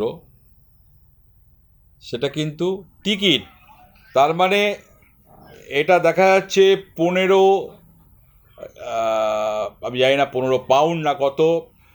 the coronation of their majesties king George six and queen Elizabeth, Wednesday 12th May 1937, queen Victoria memorial garden stands, admit 1, এই টিকিটটা।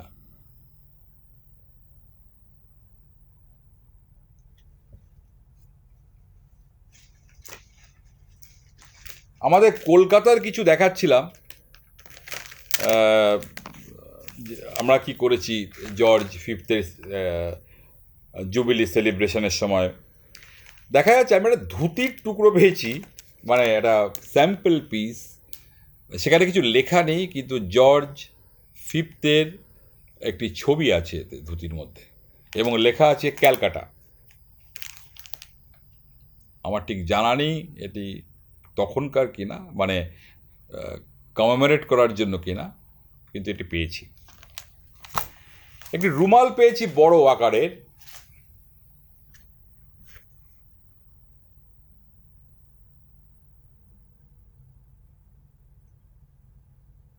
এখানে লেখা আছে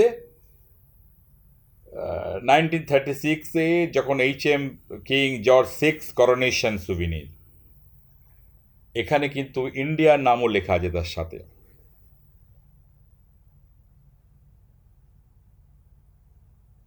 কানাডা, অস্ট্রেলিয়া, ইন্ডিয়া, আফ্রিকা, চার কোনায় চারটে যেখানে ওরা শাসন করে গেছেন।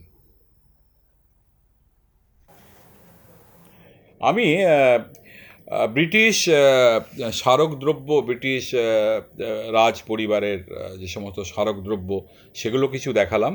এবার আমি কিছু পুরনো খবরের কাগজ দেখাতে যাচ্ছি।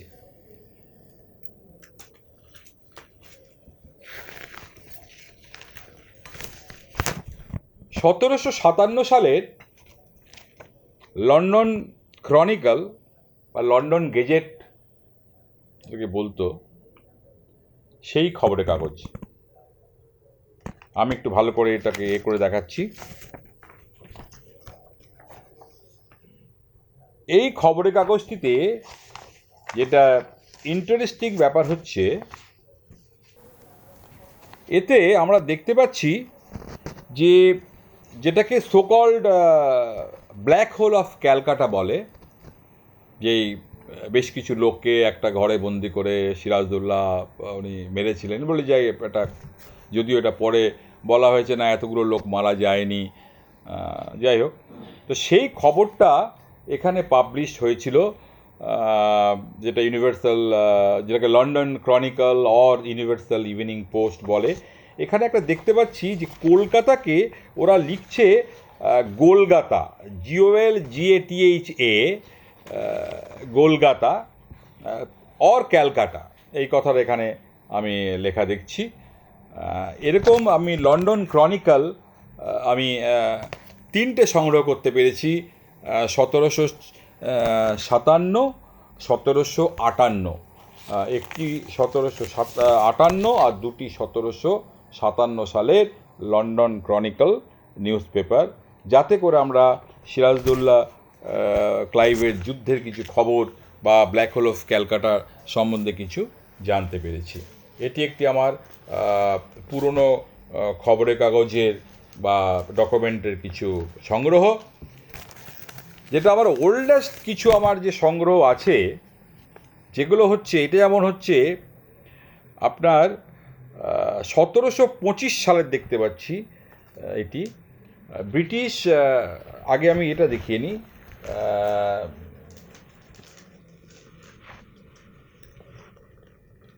1706 সালের ব্রিটিশ পার্লামেন্ট থেকে যে সমস্ত যে ডিসকাশনগুলো হতো সেইগুলোকে তারপরে ওরা বিভিন্ন এইভাবে তারা ডকুমেন্টগুলো বের করতো। এখানে আমি এক জায়গাতে পড়েছি যে ইস্ট ইন্ডিয়া কোম্পানিকে যে উইথ ইন্টারেস্ট টাকা অ্যালট করা হচ্ছে বা লোন দেওয়া হচ্ছে, সেটাও গভর্নমেন্ট, ব্রিটিশ পার্লামেন্ট যারা ছিলেন তারা ওই ডিসিশনটা নিয়েছিলেন। এটি আমার কাছে 1707 সালের, এটি 1725 সালের, এটি আছে 1707 সালের। এই তিনটি ডকুমেন্ট আমি জোগাড় করতে পেরেছি। কোনোটায় এটা যেমন দেখতে পাচ্ছি কুইন অ্যানি তখন রানী ছিলেন, কুইন অ্যানি। এটায় দেখছি কিং জর্জ টু তখন রাজা ছিলেন। এটা তো দেখতে পাচ্ছি রানী ছিলেন কুইন অ্যানি, কুইন অ্যানি। তো এগুলো হচ্ছে আপনার আমার কাছে থাকা ওল্ডেস্ট কিছু ব্রিটিশ এদের ডকুমেন্ট, 1707 সালের, 1725 সালের। তারপর যেটা খুবই ইন্টারেস্টিং এটা আমি দেখাবো এখন, যেটা হচ্ছে 1857 সালের অক্টোবর মাসের London news, the illustrated London news, যেখানে আমরা দেখতে পাবো সেই খবরগুলো আছে আমাদের সিপাহী বিদ্রোহের, এবং এই সিপাহী বিদ্রোহের যে তখনকার উডকাট ছবি, তারা কিভাবে এক্সিকিউশন করেছে মিউটিনির লোকদের। এখানে দেখা যাচ্ছে execution of mutineers at Peshawar blowing from the guns. এখানে দেখা যাচ্ছে এটা একটা উডকাট প্রিন্ট ইলাস্ট্রেটেড লন্ডন নিউজের 1857 সালের, যেখানে দেখা যাচ্ছে একসঙ্গে লাইন দিয়ে বেশ কিছু মিউটিনার্সকে দাঁড় করিয়ে কামান দিয়ে উড়িয়ে দেওয়া হচ্ছে। এই খবরগুলো আমরা জানতে পাচ্ছি এই খবরের কাগজ থেকে, 1857 সালের অক্টোবর 3 এই ইলাস্ট্রেটেড লন্ডন নিউজ থেকে।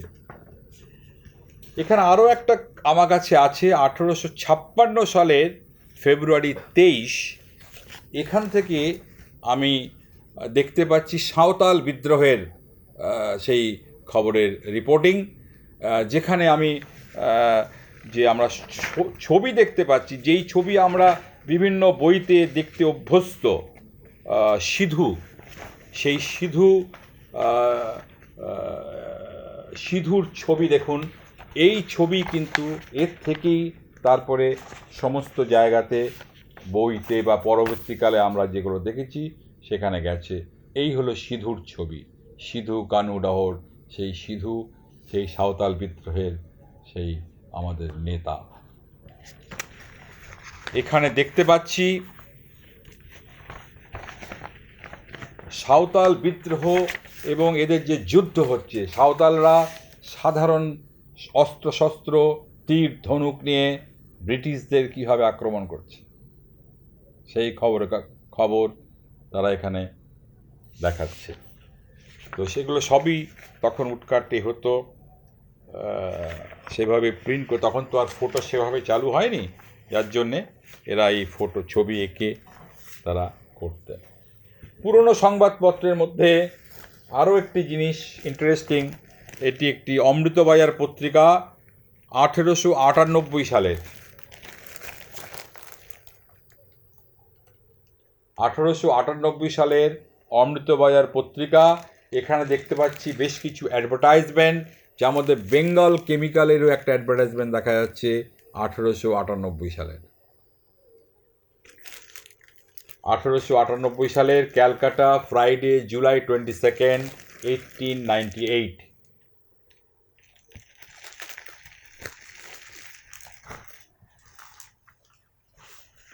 আরেকটি পুরনোর মধ্যে পাচ্ছি Bernard Shaw dies.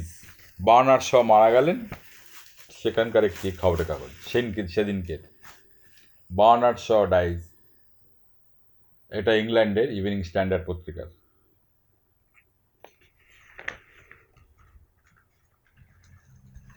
New York Times August 10, 1930 সালে একটি স্পেশাল নাম্বার বের করেন, ইটস এ কালেক্টার্স এডিশন, যেখানে আইনস্টাইন এবং আমাদের রবীন্দ্রনাথের মিটিং এবং সে সম্বন্ধে কিছু লেখা। এখানে আমি জানতে পারলাম এই যে কাগজের কোয়ালিটি, যাতে এটা বহুদিন ধরে থাকে, এটাকে বলে রাগ পেপার, রাগ পাল্প পেপার। তার মানে যে সমস্ত আপনার এই যে এটা পেপারের ইনগ্রেডিয়েন্টসের মধ্যে পড়ে প্রচুর পুরনো কাপড়, সেগুলোকে করে তারপরে ওরা এটাকে বানায় আর কি, স্পেশাল, এবং যার এটা অনেক দিন ধরে টিকে থাকার, এবং for collectors only it was made like that. তো এটা আমার কাছে আছে, আইনস্টাইন এবং রবীন্দ্রনাথের মিটিংয়ের একটি খবরের কাগজ, যেটা বের করেছিল the new York Times magazine August 10, 1930। এবার আমি কিছু দেখাবো সেকেন্ড ওয়ার্ল্ড ওয়ারের কিছু খবরের কাগজ। তার আগে দ্বিতীয় বিশ্বযুদ্ধের রণনায়ক যারা, তাদের একটি ভিনাইল রেকর্ড সেট দেখাচ্ছি। এই রেকর্ডের মধ্যে Hitler's declaration of war, voices of Churchill, Eisenhower, Mussolini, তাদের সমস্ত গলার আওয়াজ এখানে রেকর্ড করা আছে। খুবই একটা কালেক্টেবল, যেখানে আমরা দেখতে পাচ্ছি সমস্ত রণনায়কদের ছবি। বিশ্বযুদ্ধ সংক্রান্ত এটি একটি দলিল, the sounds and voices of world war II।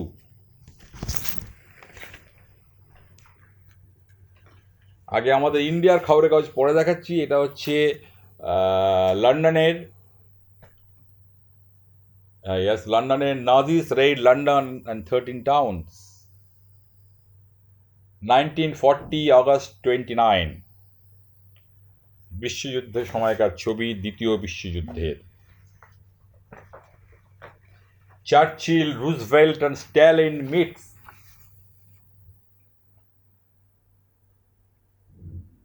সেই সময়কার খবরের কাগজ। Stalin says, our job is to finish the Huns.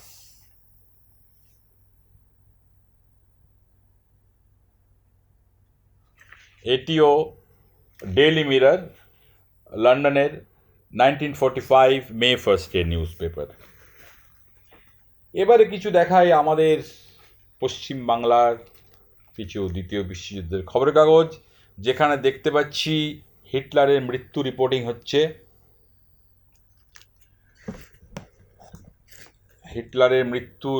হচ্ছে। এটি 2 মে 1945।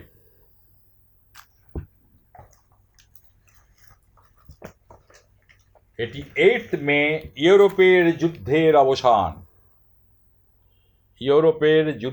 অবসান।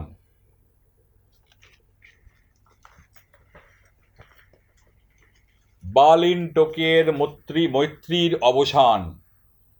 এগুলো সমস্ত বিশ্বযুদ্ধের সময়কার সব ছবি, খবরের কাগজ। জার্মানিতে, উত্তর পশ্চিম জার্মানিতে জার্মান বাহিনীর বিনা শর্তে আত্মসমর্পণ। তার মানে বিশ্বযুদ্ধের শেষের দিকে 45 সালের মে মাসের, জুন মাসের সমস্ত খবর যা বেরিয়েছিল যুগান্তর পত্রিকাতে, সেইগুলো আমি কিছু সংগ্রহ করে রাখতে পেরেছি। মিত্রপক্ষীয় স্থলসৈন্যদের ব্রহ্মের রাজধানী রেঙ্গুন বন্দরে প্রবেশ। এগুলো খুবই টাচি, কারণ আমাদের দাদুদের মুখে এইসব গল্পগুলো আমরা ছোটবেলায় শুনেছি। মিত্রপক্ষ, শত্রুপক্ষ সমস্ত বিশ্বযুদ্ধের সময়কার কিছু ইতিহাসের গল্প, সেগুলো মনে হয়। লাল ফৌজ কর্তৃক প্রাক শহর অধিকৃত।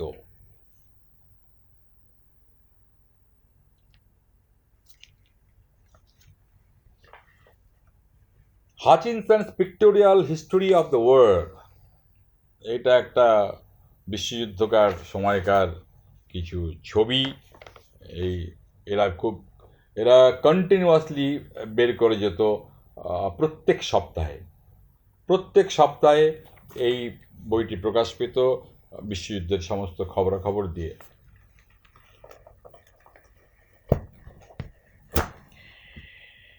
এই হলো আমার মোটামুটি আপনার পুরনো খবরের কাগজ সংক্রান্ত কিছু জিনিস আমি দেখালাম। এবারে আমি দু তিনটি অটোগ্রাফ একটু দেখাবো।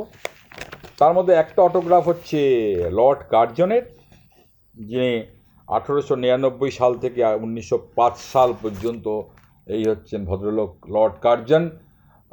আমাদের নানান ধরনের করে গেছেন, বাংলা বিভাগ থেকে শুরু করে। তো তখনও উনি এখানকার ভাইসরয় হননি অ্যাকচুয়ালি। এটা উনি হয়েছিলেন, ভাইসরয় হয়েছিলেন 1899-এ, আর আমার এইটি হচ্ছে 1898-এর, 1 বছর আগেকার। এটি হচ্ছে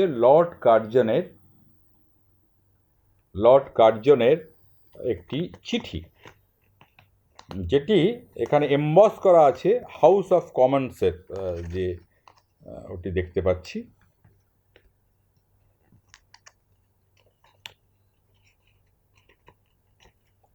হাউস অফ কমন্সের এটি প্রেসড একটি সিম্বল। সেখানে লর্ড কার্জনের চিঠির পেছনের এখানে লর্ড কার্জনের সই করা আছে। লর্ড কার্জন ছাড়া আমার কাছে রয়েছে লর্ড ওয়েলেসলির একটি সই। ইনি হচ্ছেন লর্ড ওয়েলেসলি।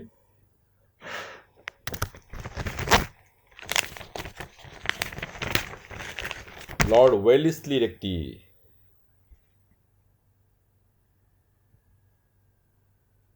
অটোগ্রাফ সই।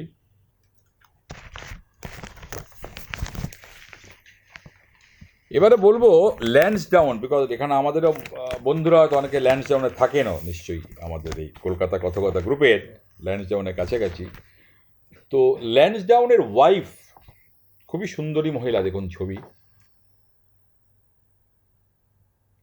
লর্ড ল্যান্সডাউনের ওয়াইফ, তার একটি পার্সোনাল চিঠি তার একজন বন্ধুকে লিখছেন। সেই চিঠিটি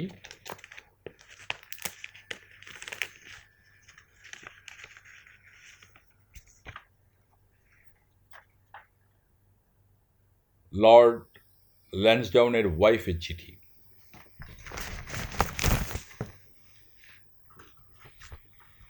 এটি আমার একটি দেখাবার ছিল।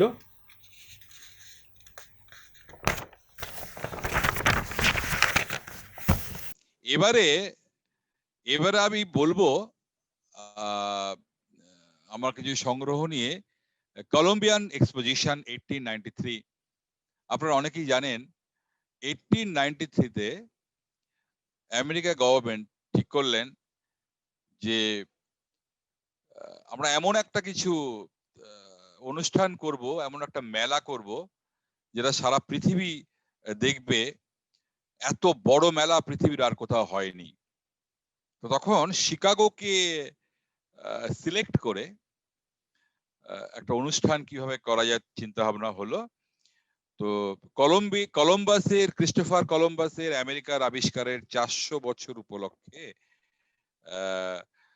তখন ওনারা ওই প্রোগ্রামটির নাম দিলেন কলম্বিয়ান এক্সপোজিশন 1893। এলাহি কারবার, সে বিভিন্ন দেশের বিভিন্ন রকম স্টল সেখানে। তারই একটি স্টলের নাম ছিল, একটি বিল্ডিং এর নাম ছিল আর্ট ইনস্টিটিউট। এবং আর্ট ইনস্টিটিউটে তখন ওই অনুষ্ঠানের মধ্যেই একটা অনুষ্ঠানের নাম দেওয়া হলো ওয়ার্ল্ড রিলিজিয়ন কংগ্রেস 1893, যেখানে ওরা ঠিক করলেন যে সারা পৃথিবীর যারা ধর্ম নিয়ে আলোচনা করেন, যারা ধর্মাচরণ করেন, তারা কিছু বলবেন এবং পৃথিবীর সমস্ত ধর্মের যেগুলো জানা আছে সে সমস্ত লোকদের তারা ডাকবেন। এই ছিল ইনিশিয়াল প্ল্যান। আপনারা জানেন যে স্বামী বিবেকানন্দের সেভাবে কোনো ইনভিটেশন ছিল না। উনি আমেরিকায় যখন পৌঁছন সেই অনেক কষ্ট করে জাহাজে করে না খেয়ে সে ট্রেনের এর মধ্যে রাত কাটিয়ে বাট ওখানকার লোকাল যারা কিছু গুণীজনের নজরে আসার পরে তারপরে উনি ওখানে যেতে পারেন, সেই চিঠি হারিয়ে ফেলেন, সে সমস্ত অনেক গল্প। তো যাই হোক, সেই ওয়ার্ল্ড রিলিজিয়ান কংগ্রেসে অনুষ্ঠান হলো এবং স্বামী বিবেকানন্দ আমাদের বাংলার তথা ভারতবর্ষের নাম সারা পৃথিবীর বুকে এমন এক উচ্চতায় নিয়ে গেলেন যে আমরা এখনো তা ভুলিনি এবং আমাদের ভবিষ্যৎ প্রজন্ম সে ভুলবে না। শিকাগো অ্যাড্রেসের তার সেই বক্তব্য যখন উনি শুরু করলেন, my brothers and sisters of America, তখন হাজার হাজার করতালিতে কয়েক মিনিট ধরে সেই আর্ট ইনস্টিটিউট ফেটে পড়ল এবং তারপরের কথা সব ইতিহাস সবাই জানেন। তো সেই কলম্বিয়ান এক্সপোজিশনের কিছু স্মারক দ্রব্য আমার কাছে আছে, সেগুলো আমি দেখাবো। এবারে আমি দেখাচ্ছি একটি ফটোগ্রাফ, যাকে বলতো স্টুডিও ফটো, যাকে তখন বলা হতো স্টুডিও ফটো। সেই ছবিটি photographed and published by B.W. Kilburn তখন ওনারা তুলেছিলেন। তো এই যে জনপ্লাবন দেখা যাচ্ছে ছবিতে, এটা কিন্তু শুধুমাত্র যে আমাদের religion of world religion Congress তা নয়, এটা ওখানকার সব মিলিয়ে। তো এবারে দেখাচ্ছি খুবই ইন্টারেস্টিং এই যে কলম্বিয়ান এক্সপোজিশনের যাবার টিকিট আমি এখন দেখাবো। আমার সংগ্রহে কলম্বিয়ান এক্সপোজিশনের দুটি টিকিট রয়েছে। এই হলো একটি টিকিট, যেটা হলো 1 মে থেকে 30 অক্টোবর। দ্যাট মিনস এই কলম্বিয়ান এক্সপোজিশনের পুরো প্রোগ্রামের এই সেই টিকিট একজন লোক যেতে পারবেন, good for one admission. তার back side of the ticket আরেকটি টিকিট আছে শিকাগো ডে, যেটি হয়েছিল একমাত্র শিকাগো ডে 9 অক্টোবর 1893, সেই কলম্বিয়ান এক্সপোজিশনের এই টিকিটটি। তারপর আমি আরো দেখাবো আরেকটি জিনিস, সেটি হলো যেখানে স্বামী বিবেকানন্দ বক্তৃতা করেছিলেন তার একটি পিকচার পোস্টকার্ড। আমার কাছে দুটি পিকচার পোস্টকার্ড আছে, আমি দুটিই দেখাবো। এটি হচ্ছে আর্ট ইনস্টিটিউট, এই সেই বিল্ডিং যেই বিল্ডিং এর ভেতরে স্বামী বিবেকানন্দর সেই শিকাগো অ্যাড্রেস, যেখানে আমাদের ভারতবর্ষের নামকে অনেক দূর উনি তুলে ধরেছিলেন। এটি একই রকম একটি আরেকটি পিকচার পোস্টকার্ড।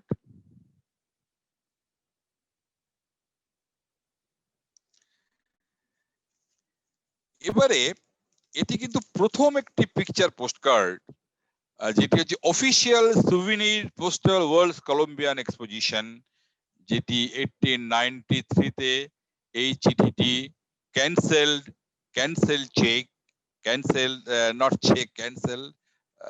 যেটি ইউনাইটেড স্টেটস অফ আমেরিকাতে ওরাই বের করেছিল, এবং 1893 যেখানে লেখা আছে অফিসিয়াল সুভিনির পোস্টাল।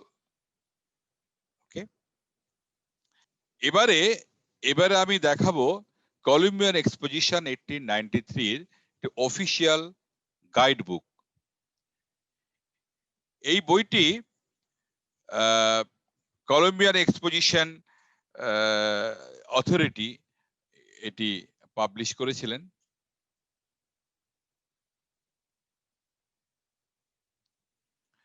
এ সুফিনির গাইড বুক। এখানে আমরা দেখতে পাচ্ছি যে সমস্ত ডিটেল ইনফরমেশন, কত স্টল আছে, কারা স্টল করেছে, স্টলে কি কি দেখা যাবে, কোথায় টয়লেট আছে পর্যন্ত, তার সমস্ত ইনফরমেশন দিয়ে এই গাইড বুকটা করা হয়েছে। আমি আরেকবার দেখাতে চাইছি, এই অফিসিয়াল গাইড বুকের ভেতরেই আবার আমরা দেখছি সেই আর্ট ইনস্টিটিউটের একটি ছবি। এই আর্ট ইনস্টিটিউটেই স্বামী বিবেকানন্দ বক্তৃতা করেছিলেন।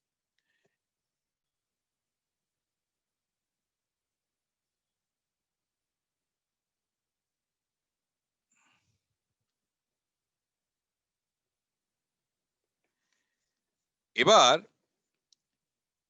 আরেকটি খুবই ইম্পর্টেন্ট বুক আমার সংগ্রহে এসেছে, যেটি হলো এই সেই বই,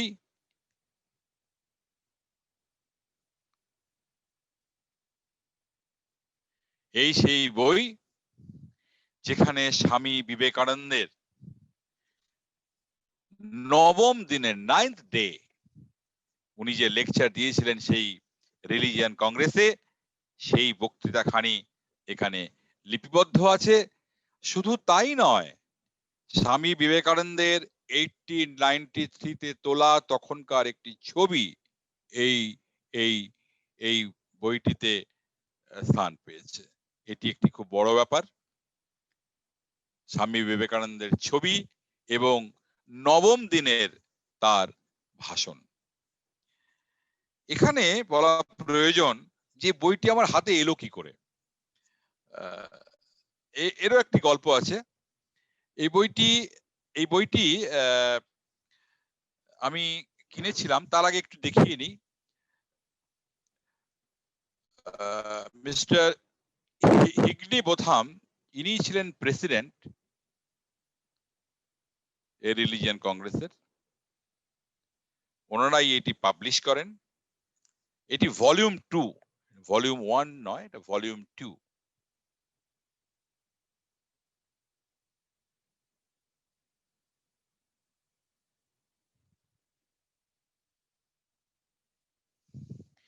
এই বইটি আমার সংগ্রহে কি করে এলো?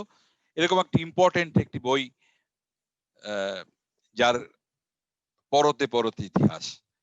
তো আমি বইটি খবর পেয়েছিলাম যে আমেরিকার এক ভদ্রলোকের কাছে আছে এবং সে বিক্রি করতে যায় বইটি। তো তার সঙ্গে আমি যোগাযোগ করি এবং উনি বলেন ওনার দাদুর সংগ্রহে নাকি এই বইটি ছিল এবং উনি ওনার দাদুর বাড়িতে যখন বেড়াতে যান, ট্রাঙ্কের মধ্যে এই বইটি উনি পান এবং যেহেতু এটি একজন ইন্ডিয়ান কে নিয়ে কিছু লেখা আছে, সেই জন্য ভাবলেন হয়তো এটা ইন্ডিয়া গেলে ভালোই হবে, কারণ উনি স্বামী বিবেকানন্দের কথা পড়েছিলেন এবং তখন উনি বইটি আমাকে বিক্রি করেন এবং আমি বইটি পাই। দুর্ভাগ্যবশত এর প্রথম খণ্ডটি আমার সংগ্রহে আসেনি, যদিও আমি কিনেছিলাম, কিন্তু ইন ট্রানজিট ওটাকে আর খুঁজে পাওয়া যায়নি, ওটা হারিয়ে যায়। তো এই আমি বলছিলাম যে এটা কলম্বিয়ান এক্সপোজিশন 1893, যেখানে স্বামী বিবেকানন্দ বক্তৃতা করেছিলেন এবং সেই সংগ্রহের কিছুটা আমার কাছে আছে, যার জন্য আমি খুবই নিজেকে ভাগ্যবান বলে মনে করি। আর আরেকটা কথা, যদিও এটি কলম্বিয়ান এক্সপোজিশনের সঙ্গে রিলেটেড নয়, কিন্তু বইটি স্বামী বিবেকানন্দর জীবদ্দশায় প্রকাশিত। স্বামী বিবেকানন্দর জীবদ্দশায় এই বইটি প্রকাশিত, শ্রীরামকৃষ্ণের জীবনী নিয়ে, মাই মাস্টার। বইটির নাম হচ্ছে মাই মাস্টার, স্বামী বিবেকানন্দ। 1901 সালে এটি প্রকাশ পায় নিউ ইয়র্ক থেকে।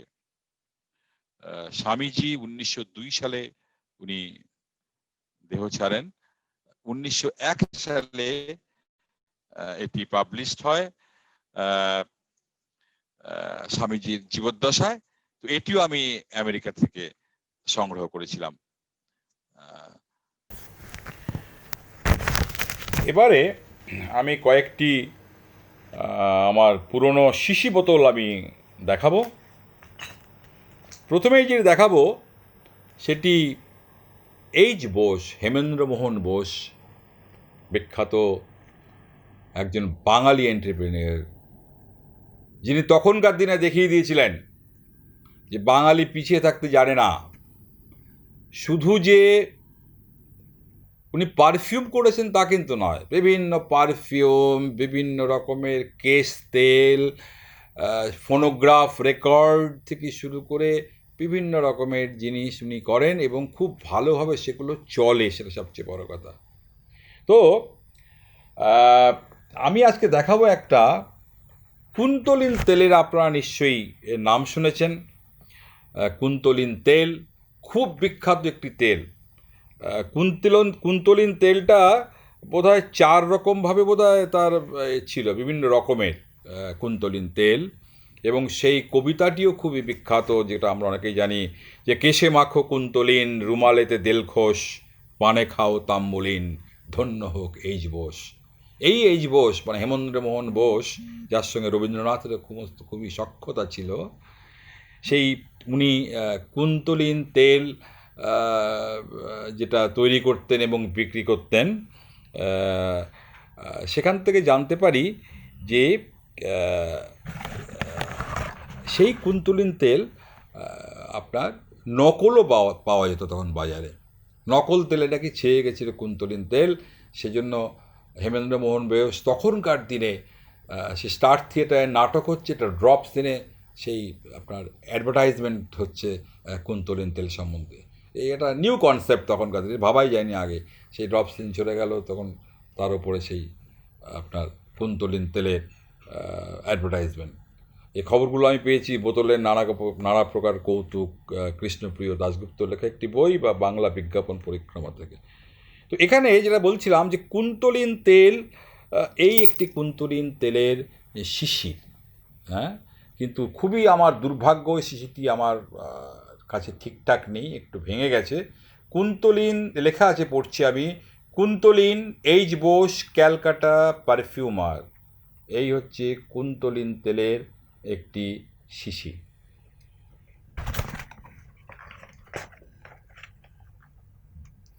এইচ বোস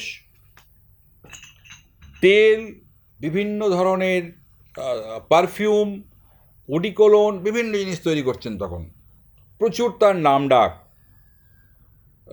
এবং তখন এইচ বোসে আমি আরেকটি শিশি সংগ্রহ করতে পেরেছি, যেটি একটি ওডিকোলনের শিশির, যেখানে লেখা আছে এইচ বোস ক্যালকাটা, এইচ বোস ক্যালকাটা। এটি একটি আমি জোগাড় করতে পেরেছি। তবে আমার আশ্চর্যজনকভাবে আমি লক্ষ্য করে দেখলাম, যতগুলো ওডিকোলন পাওয়া গেছে তার যে শিশির ডিজাইনগুলো অল আর সেম। যেমন আমার কাছে একটি ওডিকোলনের রয়েছে বিবি and company London, Bibi and company London যে ধরনের শিশির। বটকৃষ্ণ পাল, আমাদের আরেকজন বাঙালি, বিখ্যাত বাঙালি এন্টারপ্রেনিয়ার, যে তার বিদেশেও যার কারবার এবং খুবই বিখ্যাত, সেই বটকৃষ্ণ পাল, তারও যে ওডিকোলনের শিশির ডিজাইন, আর এইচ বোসেরও যা ওডিকোলনের শিশির ডিজাইন মোটামুটি এক ধরনের। যদিও আমি দেখতে পাচ্ছি এই বিবি অ্যান্ড কোম্পানি অ্যান্ড বটকৃষ্ণ পাল, এই দুটি শিশিকে আমার মনে হয় এক্স্যাক্টলি সেম ডাইমেনশনালি, বোথ আর এক্স্যাক্টলি সেম। কিন্তু এইচ বোসের কাছে আমি দেখতে পাচ্ছি dimensionally it is not exactly same, এটা কিন্তু একটু পার্থক্য আছে। তাহলে কি তখন উনি চিন্তা করেছেন যে আমি একদম একরকম করব না? হতে পারে সেটাও, কারণ তিনি সবসময় একটু আগে চিন্তা করে এসেছেন। এবারে আমি আরেকটা জিনিস দেখাচ্ছি আপনাদের, খুবই ইন্টারেস্টিং, সেটা হচ্ছে এসপি সেন। এসপি সেন, আমার কাছে একটি অ্যাডভার্টাইজমেন্টও ছিল, একটু দাঁড়ান, তোর মধ্যে পাওয়া মুশকিল। এসপি সেন সুরমা, এখানে লেখা আছে ডক্টর কবিরাজ এসপি সেন সুরমা। এটাও একটা আমার প্রায় 1902 সালের আমার কাছে একটি অ্যাডভার্টাইজমেন্ট রয়েছে। সেখানে কিন্তু আমি দেখতে পাচ্ছি যে কোথায় গেল, হ্যাঁ এখানে দেখতে পাচ্ছি এসপি সেন অ্যান্ড কোম্পানি। এটি একটি 1902 সালের বিজ্ঞাপন, যেখানে দেখা যাচ্ছে সুরমার কথা, the blessings of a conjugal life fully assured by Surma. এই সেই সুরমার বোতল চিঠি।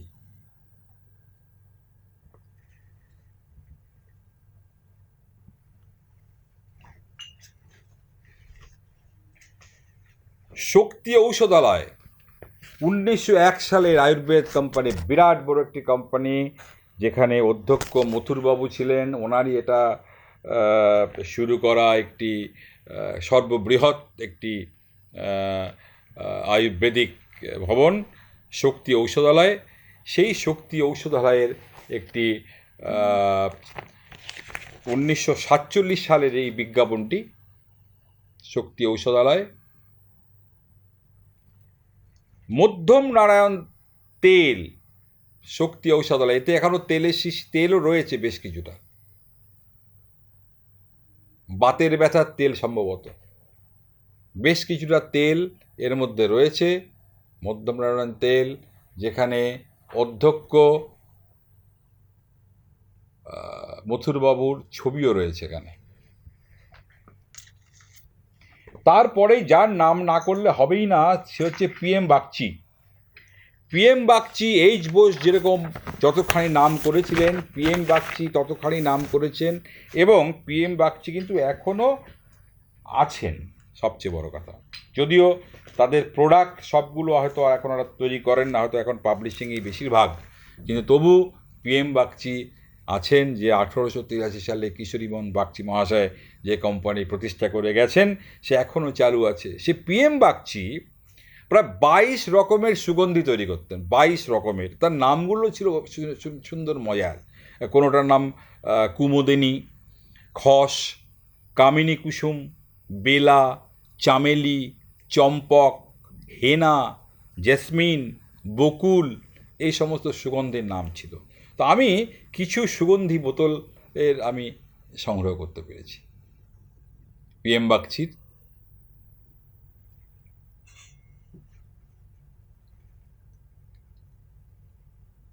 ফরগেট মি নট, ভুলো না আমায়, সেই এও রয়েছে আমার কাছে তার। এটি পিএম বাগচির বকুল পারফিউম।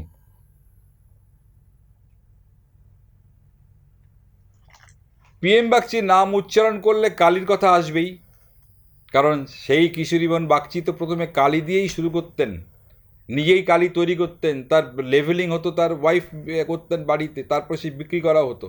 সেই কোম্পানি আস্তে আস্তে আস্তে আস্তে কোথায় উঠলেন এবং কত কিছু তৈরি করলেন, সমস্ত লেখার সামগ্রী থেকে শুরু করে তারা সেই শুরু করলেন পারফিউম, বিভিন্ন ধরনের পারফিউম থেকে শুরু করে পাবলিশিং হাউস, পঞ্জিকা, বিভিন্ন ধরনের বই।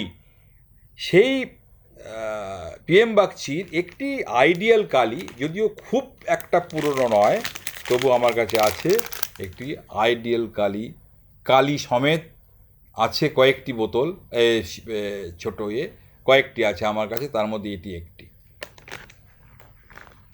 এইচ বোস করছিলাম তখন আমার দেখানো হয়নি।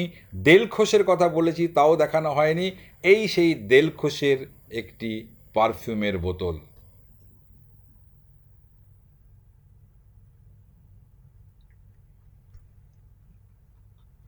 তারপর আরেকটি ছোট্ট জিনিস, এটিও না বললে হবে না, যেটি হচ্ছে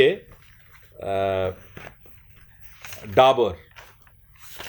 ডাবর আমাদের কলকাতার ডক্টর বর্মন, সেই ডক্টর বর্মন যিনি বাড়ি বাড়ি গিয়ে রুগীকে দেখে ওষুধ দিতেন প্রথমে, আস্তে আস্তে বড় হলো, তারপরে কোম্পানি হলো, সেই কোম্পানি কলকাতায় অনেক বড় একটা কোম্পানি হলো, সে কোম্পানি থেকে কলকাতা থেকে চলেও গেল, মানে সেইভাবে আর নেই তার হেডকোয়ার্টার্স, সে এখন অন্য ব্যাপার।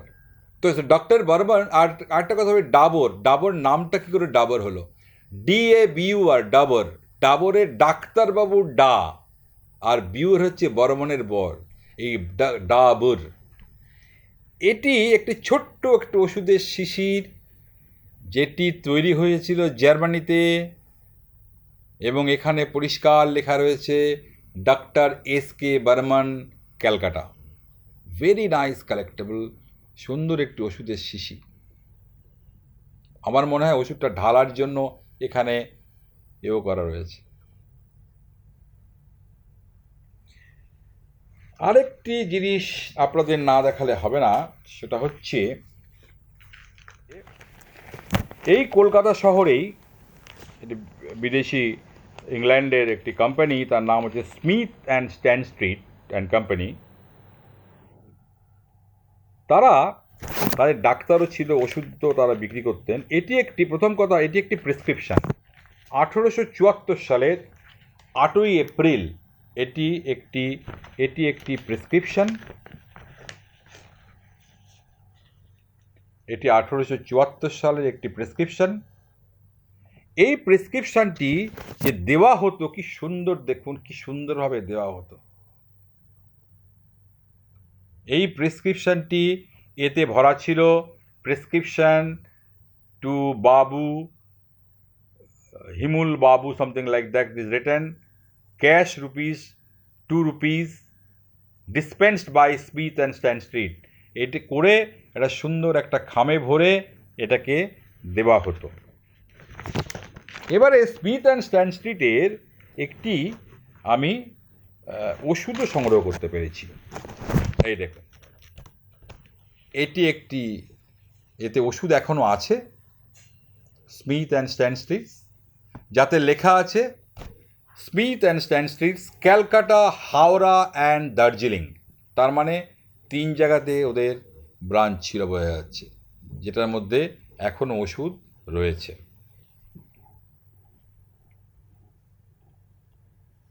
SP সেনের আমি দেখাচ্ছিলাম, SP সেনের আরও একটি শিশির আমি দেখতে পাচ্ছি, আমার কাছে রয়েছে, সব এখন বলা মুশকিল। যেমন এখানে একটি দেখতে পাচ্ছি, কুন্তল কামিনী তৈল। এটি হচ্ছে বিজয় বসন্ত ঘোষ ওই কোম্পানির, আমি এটা সম্বন্ধে এখনও জেনে উঠতে পারিনি। হেমেন্দ্রমোহন বোস, PM বাগচিদের কথা যখন উঠবে, তখন তার সাথে সাথে বটকৃষ্ণ পাল, তার কথা উঠবেই। বটকৃষ্ণ পালের একটি লেভেল দেওয়া শিশি, আর খুব বেশি যাব না ডিটেলে। আরেকটি আমি পেয়েছি, বোস কেমিক্যাল ওয়ার্কস, কাজিপুটি অয়েল। এটি হচ্ছে লেখা আছে কাজিপুটি অয়েল নাম্বার 1, ব্র্যাকেটের লেখা Singapore quality, manufacturers of chemicals and Indian perfumes, Bose chemical works, Salkia, Howrah. এই কাজিপুটি অয়েলটা, এটা বেসিক্যালি সাউথ ইস্ট এশিয়াতে এক ধরনের গাছের থেকে তার এক্সট্র্যাক্ট নিয়ে তৈরি করা হতো, যে জন্য লিখেছে সিঙ্গাপুর কোয়ালিটি। তো ওই কাজিপুটি তেল যেটা তৈরি করা হতো আর কি, একটু বলি, যেটা নামটা এসছে, কাজিপুটির নামটা এসছে ইন্দোনেশিয়ার, অ্যাকচুয়ালি ওরা কাজু পুটিয়া, ওর থেকেই, বা হোয়াইট উড, সেই থেকেই ওই কাজিপুটি তেলের শুরু আর কি। এবারে সবই তো হলো, কিন্তু বেঙ্গল কেমিক্যালের নাম না করলে তো কোনো কিছুই হবে না, কারণ বেঙ্গল কেমিক্যালই তো আমাদের ওই একই PM বাগচি বলুন, H বোস বলুন, তারপরের যারা ধারক বা বাহক, যারা আমাদের সেই সংস্কৃতি এগিয়ে নিয়ে যাওয়া, এই বেঙ্গল কেমিক্যাল অ্যাকচুয়ালি 1892 থেকে 1901 সাল পর্যন্ত বেঙ্গল কেমিক্যাল ওয়ার্কস বলা হতো। নামটা ছিল বেঙ্গল কেমিক্যাল ওয়ার্কস, তারপরে নাম হয় বেঙ্গল কেমিক্যাল ফার্মাসিউটিক্যাল ওয়ার্কস। তারপরে সেই পুরনো আমার কাছে একটি অগরু সেন্ট আছে, বেঙ্গল কেমিক্যাল ফার্মাসিউটিক্যাল ওয়ার্কস লেখা, এখন আর ওয়ার্কসটা লেখা হয় না, বহু পুরনো। অগরু সেন্ট বললো, যদিও এটা ঠিক সেন্টভাবে লোকে ইউজ করতো না, হয়তো হ্যান্ডকারচিপের জন্য ইউজ করতো কেউ কেউ, বা মেনলি পুজোর জন্য ইউজ হতো, আমরা দেখেছি। এখানে দেখা যাচ্ছে এটি কিন্তু সিল্ড বটল, কিন্তু ভেতরে পুরোটাই ইভাপোরেট করে গেছে, কিছুই অবশিষ্ট নেই, এটা পুরো ইভাপোরেট করে গেছে। এটা আমি পেয়েছিলাম এর পুরো বাক্স সমেত। তারপরে দেখতে পাচ্ছি বেঙ্গল কেমিক্যালের 1910 সালের, এর মধ্যে এখনও টুথ পাউডার রয়েছে, 1910 সালের এটি, এর মধ্যে এখনও দাঁত মাজার পাউডার এখনও আছে, এখানে দেখা যাচ্ছে। এর নাম হচ্ছে BCPW antiseptic tooth powder, Bengal chemical and pharmaceutical works, এটা 1910 সালের। এটি আমি জানি না, এটি একটি বেঙ্গল কেমিক্যালের ওয়ার্কসের শিশি, অগরুর শিশির থেকে একটু বড়, কিন্তু কি ছিল আমার জানা নেই। তারপরে আমি চলে আসব ক্যান্থারাইডিন, বেঙ্গল কেমিক্যালের ক্যান্থারাইডিন। বেঙ্গল কেমিক্যালের ক্যান্থারাইডিন বহুভাবে অ্যাডভার্টাইজমেন্ট হয়েছে, সেই বেঙ্গল কেমিক্যালের ক্যান্থারাইডিন তেলটা হতো ক্যান্থারাস নামে একটা ইনসেক্টের এক্সট্র্যাক্ট থেকে, যেটা মেয়েরা ইউজ করতো, তার একটি শিশি। এবার আমি চলে আসবো আরও একটি বাঙালি কোম্পানি, তার নাম হচ্ছে ক্যালকাটা কেমিক্যাল। যে শুধু কেমিক্যাল, যেমন এখানে আমার কাছে একটা সোডিয়াম ক্লোরাইড, এটা একটা বটল, মানে নুন, যেটা ল্যাবরেটরিতে ইউজ হতো পরিষ্কার, সেটা হচ্ছে ক্যালকাটা কেমিক্যালের একটি শিশি। এখানে আমি পাচ্ছি ক্যালকাটা কেমিক্যাল, যারা কান্তা সেন্ট করতো, আমাদের ছোটোবেলা দেখেছি কান্তা সেন্ট, সেই কান্তা সেন্ট এখন তো আর ছেলে মেয়েরা ইউজ করবে না, পেলেও অবশ্য তাদের অন্যরকম ব্যাপার, কিন্তু আমাদের পুজোর সময় কান্তা সেন্ট, অলি সেন্ট একটু গায়ে লাগিয়ে একটু ফুরফুরে ঘুরে আসতাম পুজোর বাজারে আর কি, সেই কান্তা সেন্ট। তারপরে দেখতে পাচ্ছি এই ক্যালকাটা কেমিক্যালের কান্তা সেন্টের পরে ক্যালকাটা কেমিক্যালের এই নিম টুথ পাউডার, এটিও এর মধ্যে আছে টুথ পাউডার, এটাও খুব বিখ্যাত হয়েছিল ওই সময়, তো মার্গোস্কোপের মতনই। ছোটোবেলা থেকে আমি আমার মাকে দেখেছি লক্ষ্মীবিলাস তেল বরাবর ইউজ করতে, তো আমার কাছে ML বোস অ্যান্ড কোম্পানির লক্ষ্মীবিলাস তেল, রামমূর্তি মার্কা সেই তেল, তারপরে এক বন্ধ হয়ে গেছে 1923 সালের কোম্পানি, খুব সম্ভবত লক্ষ্মীবিলাস কোম্পানির, মোস্ট প্রবাবলি 1923, সেই কোম্পানি এখন বন্ধ। তারও আগে এই একটি আমি শিশির পেয়েছি, যেই শিশির আমি কখনো দেখিনি আমার মার কাছে, এর কালারটাও সবুজ রঙের, এবং এখানে লেখা আছে বাংলায় শ্রী রামমূর্তি লক্ষ্মীবিলাস তৈল, মতিলাল বোস অ্যান্ড কোম্পানি, কলিকাতা। আরেকটা জিনিস আছে, এখানে একটা রেজিস্ট্রেশন নাম্বার আছে, যাতে লেখা আছে লন্ডন। তাহলে কি এটা লন্ডনে রেজিস্টার্ড হয়েছিল সেটা আমার জানা নেই। এখানে দেখতে পাচ্ছি, এটাকে নিয়ে আমার জানতে হবে। তবে আমি যেই শিশি দেখেছি আজ থেকে প্রায় 50 বছর আগে, যেটা আমার মনে আছে, আমার মাকে যেই তেল ইউজ করতে দেখেছি লক্ষ্মীবিলাস বরাবর, সেই শিশির কিন্তু এটা নয়, কারণ তখন কিন্তু শিশির গঠন এবং শিশির রং আলাদা ছিল, তেলটার রং ছিল লাল, সেটা আমার মনে আছে। তো এইটা, আর ওইটা লেখা থাকতো ML বোস অ্যান্ড কোম্পানি, আর এখানে পুরোটা লেখা আছে মতিলাল বোস অ্যান্ড কোম্পানি। এবারে দুটো আমি বিদেশি বোতলের কথা বলবো, বলে আর খুব বেশিতে আর যাব না পরে। এইটা যেরকম, একে বলে হ্যামিল্টন বোতল। এই বোতলটা যখন এই সমস্ত এরিয়েটেড ওয়াটার, কার্বনাইজড ওয়াটার যখন তৈরি হতো বিদেশে, এই বোতলগুলোকে, তার সমস্যা ছিল যে ভার্টিক্যালি রাখা হতো, এবং সবই তো কর্ক সিস্টেম ছিল, সেভাবে লাগাবার অ্যারেঞ্জমেন্ট ছিল না, তখন কর্ক সিস্টেম ছিল। এবারে কি হতো, ওইখান দিয়ে কর্ক দিয়ে লিক করে সমস্ত গ্যাসটা বাইরে বেরিয়ে যেত। সেই জন্য হ্যামিল্টন সাহেব এই বোতলের ডিজাইনটা করেন টর্পেডোর শেপ, হ্যাঁ, এই বোতলটি উনি ডিজাইন করেন, এই ধরনের বোতল, এবং তখন এটা খুব পপুলার হয়েছিল। আমি বেশ কিছু ছবি দেখেছি যেখানে ক্যালকাটা লেখা টর্পেডো বোতল, ব্লু কালারের বা ট্রান্সপারেন্ট কালারের আমি কিছু দেখেছি। এখানে যেটি আমরা সংগ্রহে আমি করতে পেরেছি, সেটা যে aerated waters, London and Bombay superior, তারপরে আমি আজ খবর নিয়ে জানতে পারলাম সুপিরিয়র একটা এজেন্সি এবং যারা নাকি কলকাতা এবং বম্বেতে এই এরিয়েটেড ওয়াটার সাপ্লাই করতো, সুপিরিয়র এই এজেন্সিটি। এবারে আমরা ছোটোবেলায় দেখেছি সোডা প্রচুর বিক্রি হতো, এবং যারা এই আমাদের দক্ষিণ 24 পরগনা বা শিয়ালদা সাউথ স্টেশনেও দেখেছি, এখনও দেখি এরম ফাট করে গুলি মারলো, তারপরে সোডা লোকেরা খেলো, যেটাকে আমরা বলতো অনেকে, আমি বলতাম, আমি হয়তো বলিনি, আমি পরে জানলাম বলতো ফটাস জল, ফটাস জল, বান্টা জল, হ্যাঁ, তাদের নাম ছিল। আসলে হচ্ছে দিজ আর অল কড বোতল, কড। কড সাহেব অ্যাকচুয়ালি এটা ডিজাইন করেছিলেন 1800 শেষের দিকে কড সাহেব এটা ডিজাইন করেন। এই যে বোতলটি আমার হাতে এই মুহূর্তে আছে, সেখানে দেখছি লেখা আছে Codd's patented bottle, extra strong glass, made in England, WM Barnard and sons. ওরা বানাতো এই যে সোডা বোতল, এরিয়েটেড ওয়াটার, সেটার জন্য এই বোতলটি ইউজ করা হতো। আর সবচেয়ে মজার ব্যাপার হচ্ছে এটি খুব একটা পাওয়া যায় না, এটা হচ্ছে উডেন, যেটাকে এই প্রেস করে এই ভেতরে যে মার্বেলটি আছে সেটি ভেতরে চলে যায়। এটি হচ্ছে ওপেনার, এইটা দিয়ে ওপেনার, বিকজ এই যে এখানে দেখতে পাচ্ছেন যে গুলিটা ভেতরে আছে, সেগুলোটা এখানে লেগে থাকতো ডিউ টু হাই প্রেশার এখান থেকে, অ্যান্ড এটাকে তখন চাপলে পরে গুলিটা ঠিক এই জায়গাটা এসে আসতো এইটুকানির মধ্যে, তারপর জল হোয়াট এভার ইনসাইডে ছিল সেটা বের করে খাওয়া যেত। এখন দেখা যাচ্ছে যে এই ধরনের বোতল এখনও ইন্ডিয়াতে এবং জাপানে তৈরি হয়।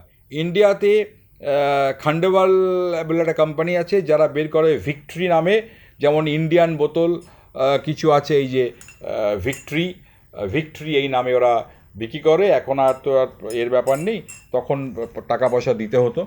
এখানে আমার কাছে দুটো আরও এখানে কলকাতার বোতল রয়েছে, দেখতে পাচ্ছি এটা লেখা আছে Little and company, importers of aerated waters, Calcutta. এটি একই ধরনের বোতল, কড বোতল। যারা লিটল অ্যান্ড কোম্পানি, যারা ইংল্যান্ড থেকে সোডা বোতল জল হয়তো নিয়ে সেখানে হয়তো বটলিং করতো কিনা জানি না, কিন্তু তারাও ইম্পোর্ট করতো এই এই এই এই বোতলে। তারপরে আরেকটি আমি যে কলকাতার পাচ্ছি, Cooper's and company, chemist and druggist, 56 Bentinck street. এটি লেখা আছে Cooper's and company, 56 Bentinck street. এরা এই সোডা বোতল করতো। ঠিক আছে, আর আমি খুব বেশিতে যাব না, এবার অলরেডি টাইমও হয়ে গেছে। আমি কয়েকটা ইঙ্কপট আমার কালেকশানে দেখাচ্ছি। এই যে ইঙ্কপটটা দেখতে পাচ্ছেন, ব্রাশ ইঙ্কপট, এটির একটি গল্প আছে ছোট্ট। বহুদিন আগে, আমার মনে হয় এই 85 টাইপ হবে, 1985 হবে, আমি অফিসের কাজে গেছিলাম কোটাতে। তো আমার ওই সবসময় একটা থাকে যে অফিসের ডিউটির পরে একটু বেরিয়ে পড়ো বাজারে, কিছু যদি পাওয়া যায়। তখন দেখি ওই সেদিনকে বোধহয় রোববার টোববারই সম্ভবত ছিল। তো তারপর আমি বাজারে গেছি, বাসনের দোকান টোকান দেখছি, সেখানে একটি রাজস্থানী ভদ্রলোক বেশ কিছু ওই ব্যাগে করে এই কতগুলো দোয়াত এনে এই বাসনের দোকানে বিক্রি করতে এসছেন। তো আমি তো সঙ্গে সঙ্গে গিয়ে করলাম আর কি। তো উনি তো তখন বলে, আমি তো আর কিছু তোমায় দিতে পারবো না, আমি অলরেডি বিক্রি করে দিয়েছি। তো তারপরে বাসনওয়ালাকে ধরে আমি গোটা চারেক এ ধরনের দোয়াত আমি তখন সংগ্রহ করতে পেরেছিলাম। তো তারপরে ওটা আমার মনে হয় এটাই বোধহয় আমার প্রথম দোয়াত সংগ্রহ। তো তারপরে আমি এতদিন ধরে বহু দোয়াত সংগ্রহ করতে পেরেছি, বিভিন্ন ডিজাইনের দোয়াত সংগ্রহ করতে পেরেছি। এটা একটা ইউনিক ডিজাইন, যেখানে দেখতে পাচ্ছি একটি কচ্ছপের ওপরে একটি পাখি, ময়ূরও বলতে পারেন, আর তার এই হচ্ছে তার ঢাকনা। এখানে ভেতরে কালি থাকতো, সেই কালি আমরা ডুবিয়ে যেভাবে আমরা লিখতাম, আমরা তো লিখতাম না, আমাদের আগের জেনারেশন লিখতো। এটি একটি দোয়াত, এরকমই একটি দোয়াত বলা যেতে পারে। এই একটি হাতিতে করে একজন মাহুত যাচ্ছে, তার হাতে কিন্তু একটি আবার দেখতে পাচ্ছি বন্দুক, সেটি নিয়ে যাচ্ছে। এই তার ঢাকনা, এখান দিয়ে ডুবিয়ে লেখার বন্দোবস্ত। এটি একটি ইউনিক ডিজাইন। যে কটা ইউনিক ডিজাইন সেগুলো আমি দেখাচ্ছি। এটি কচ্ছপ। কচ্ছপের উপরে একটি কাক বসে আছে, তার ভেতরটা হচ্ছে অ্যাকচুয়ালি তার কালি থাকার বন্দোবস্ত। এটি একটি। তেমনি এমনই একটি আছে মাছের একটি দোয়াত দানি, এর ভেতরে দোয়াত কালি থাকতো। এটি যেমন একটি খরগোশের ওপরে। এছাড়া আরও আমার কাছে নর্মাল কিছু কালির দোয়াত, যেগুলো ইংল্যান্ডের তৈরি, যেগুলো কলকাতার তৈরি বিভিন্ন আছে, সেগুলো আমি এখন আর আজকে আর দেখাতে পারছি না, সময় অভাবে। এটিও একটি কালির দোয়াত। লাস্টে আমি আর বেশি কিছু এখন বলবো না, এই একটি দোয়াত দেখি আমি আমার শেষ করছি। এটিকে বলে ট্রাভেলিং পট। ট্রাভেলিং পটটা হচ্ছে, এটি একটি কোম্পানি ইংল্যান্ডের তৈরি। এটি প্যারিস পেটেন্ট করা একটি ট্রাভেলিং পট। এই দেখুন, তার হ্যান্ডেল রয়েছে এবং এর ডিজাইনটা এমনভাবে করা যায়, এটা প্রেস করলে তারপরে খুলে এখানে একটা প্রজেক্টেড থাকছে, যেটায় দোয়াতের ভেতরে ঢুকে যায়, যাতে করে নড়লে পড়েও কালিটা বাইরে বেরোবে না। এই জন্যই এগুলোকে বলা হতো ট্রাভেলিং পট। এটি একটি বাক্স শেপের একটি এবং এটি ইংল্যান্ডের তৈরি। আজকে আর বিশেষ কিছু আর দেখাবো না, অনেক সময় হয়েছে। আপনাদের সকলকে তো ধন্যবাদ।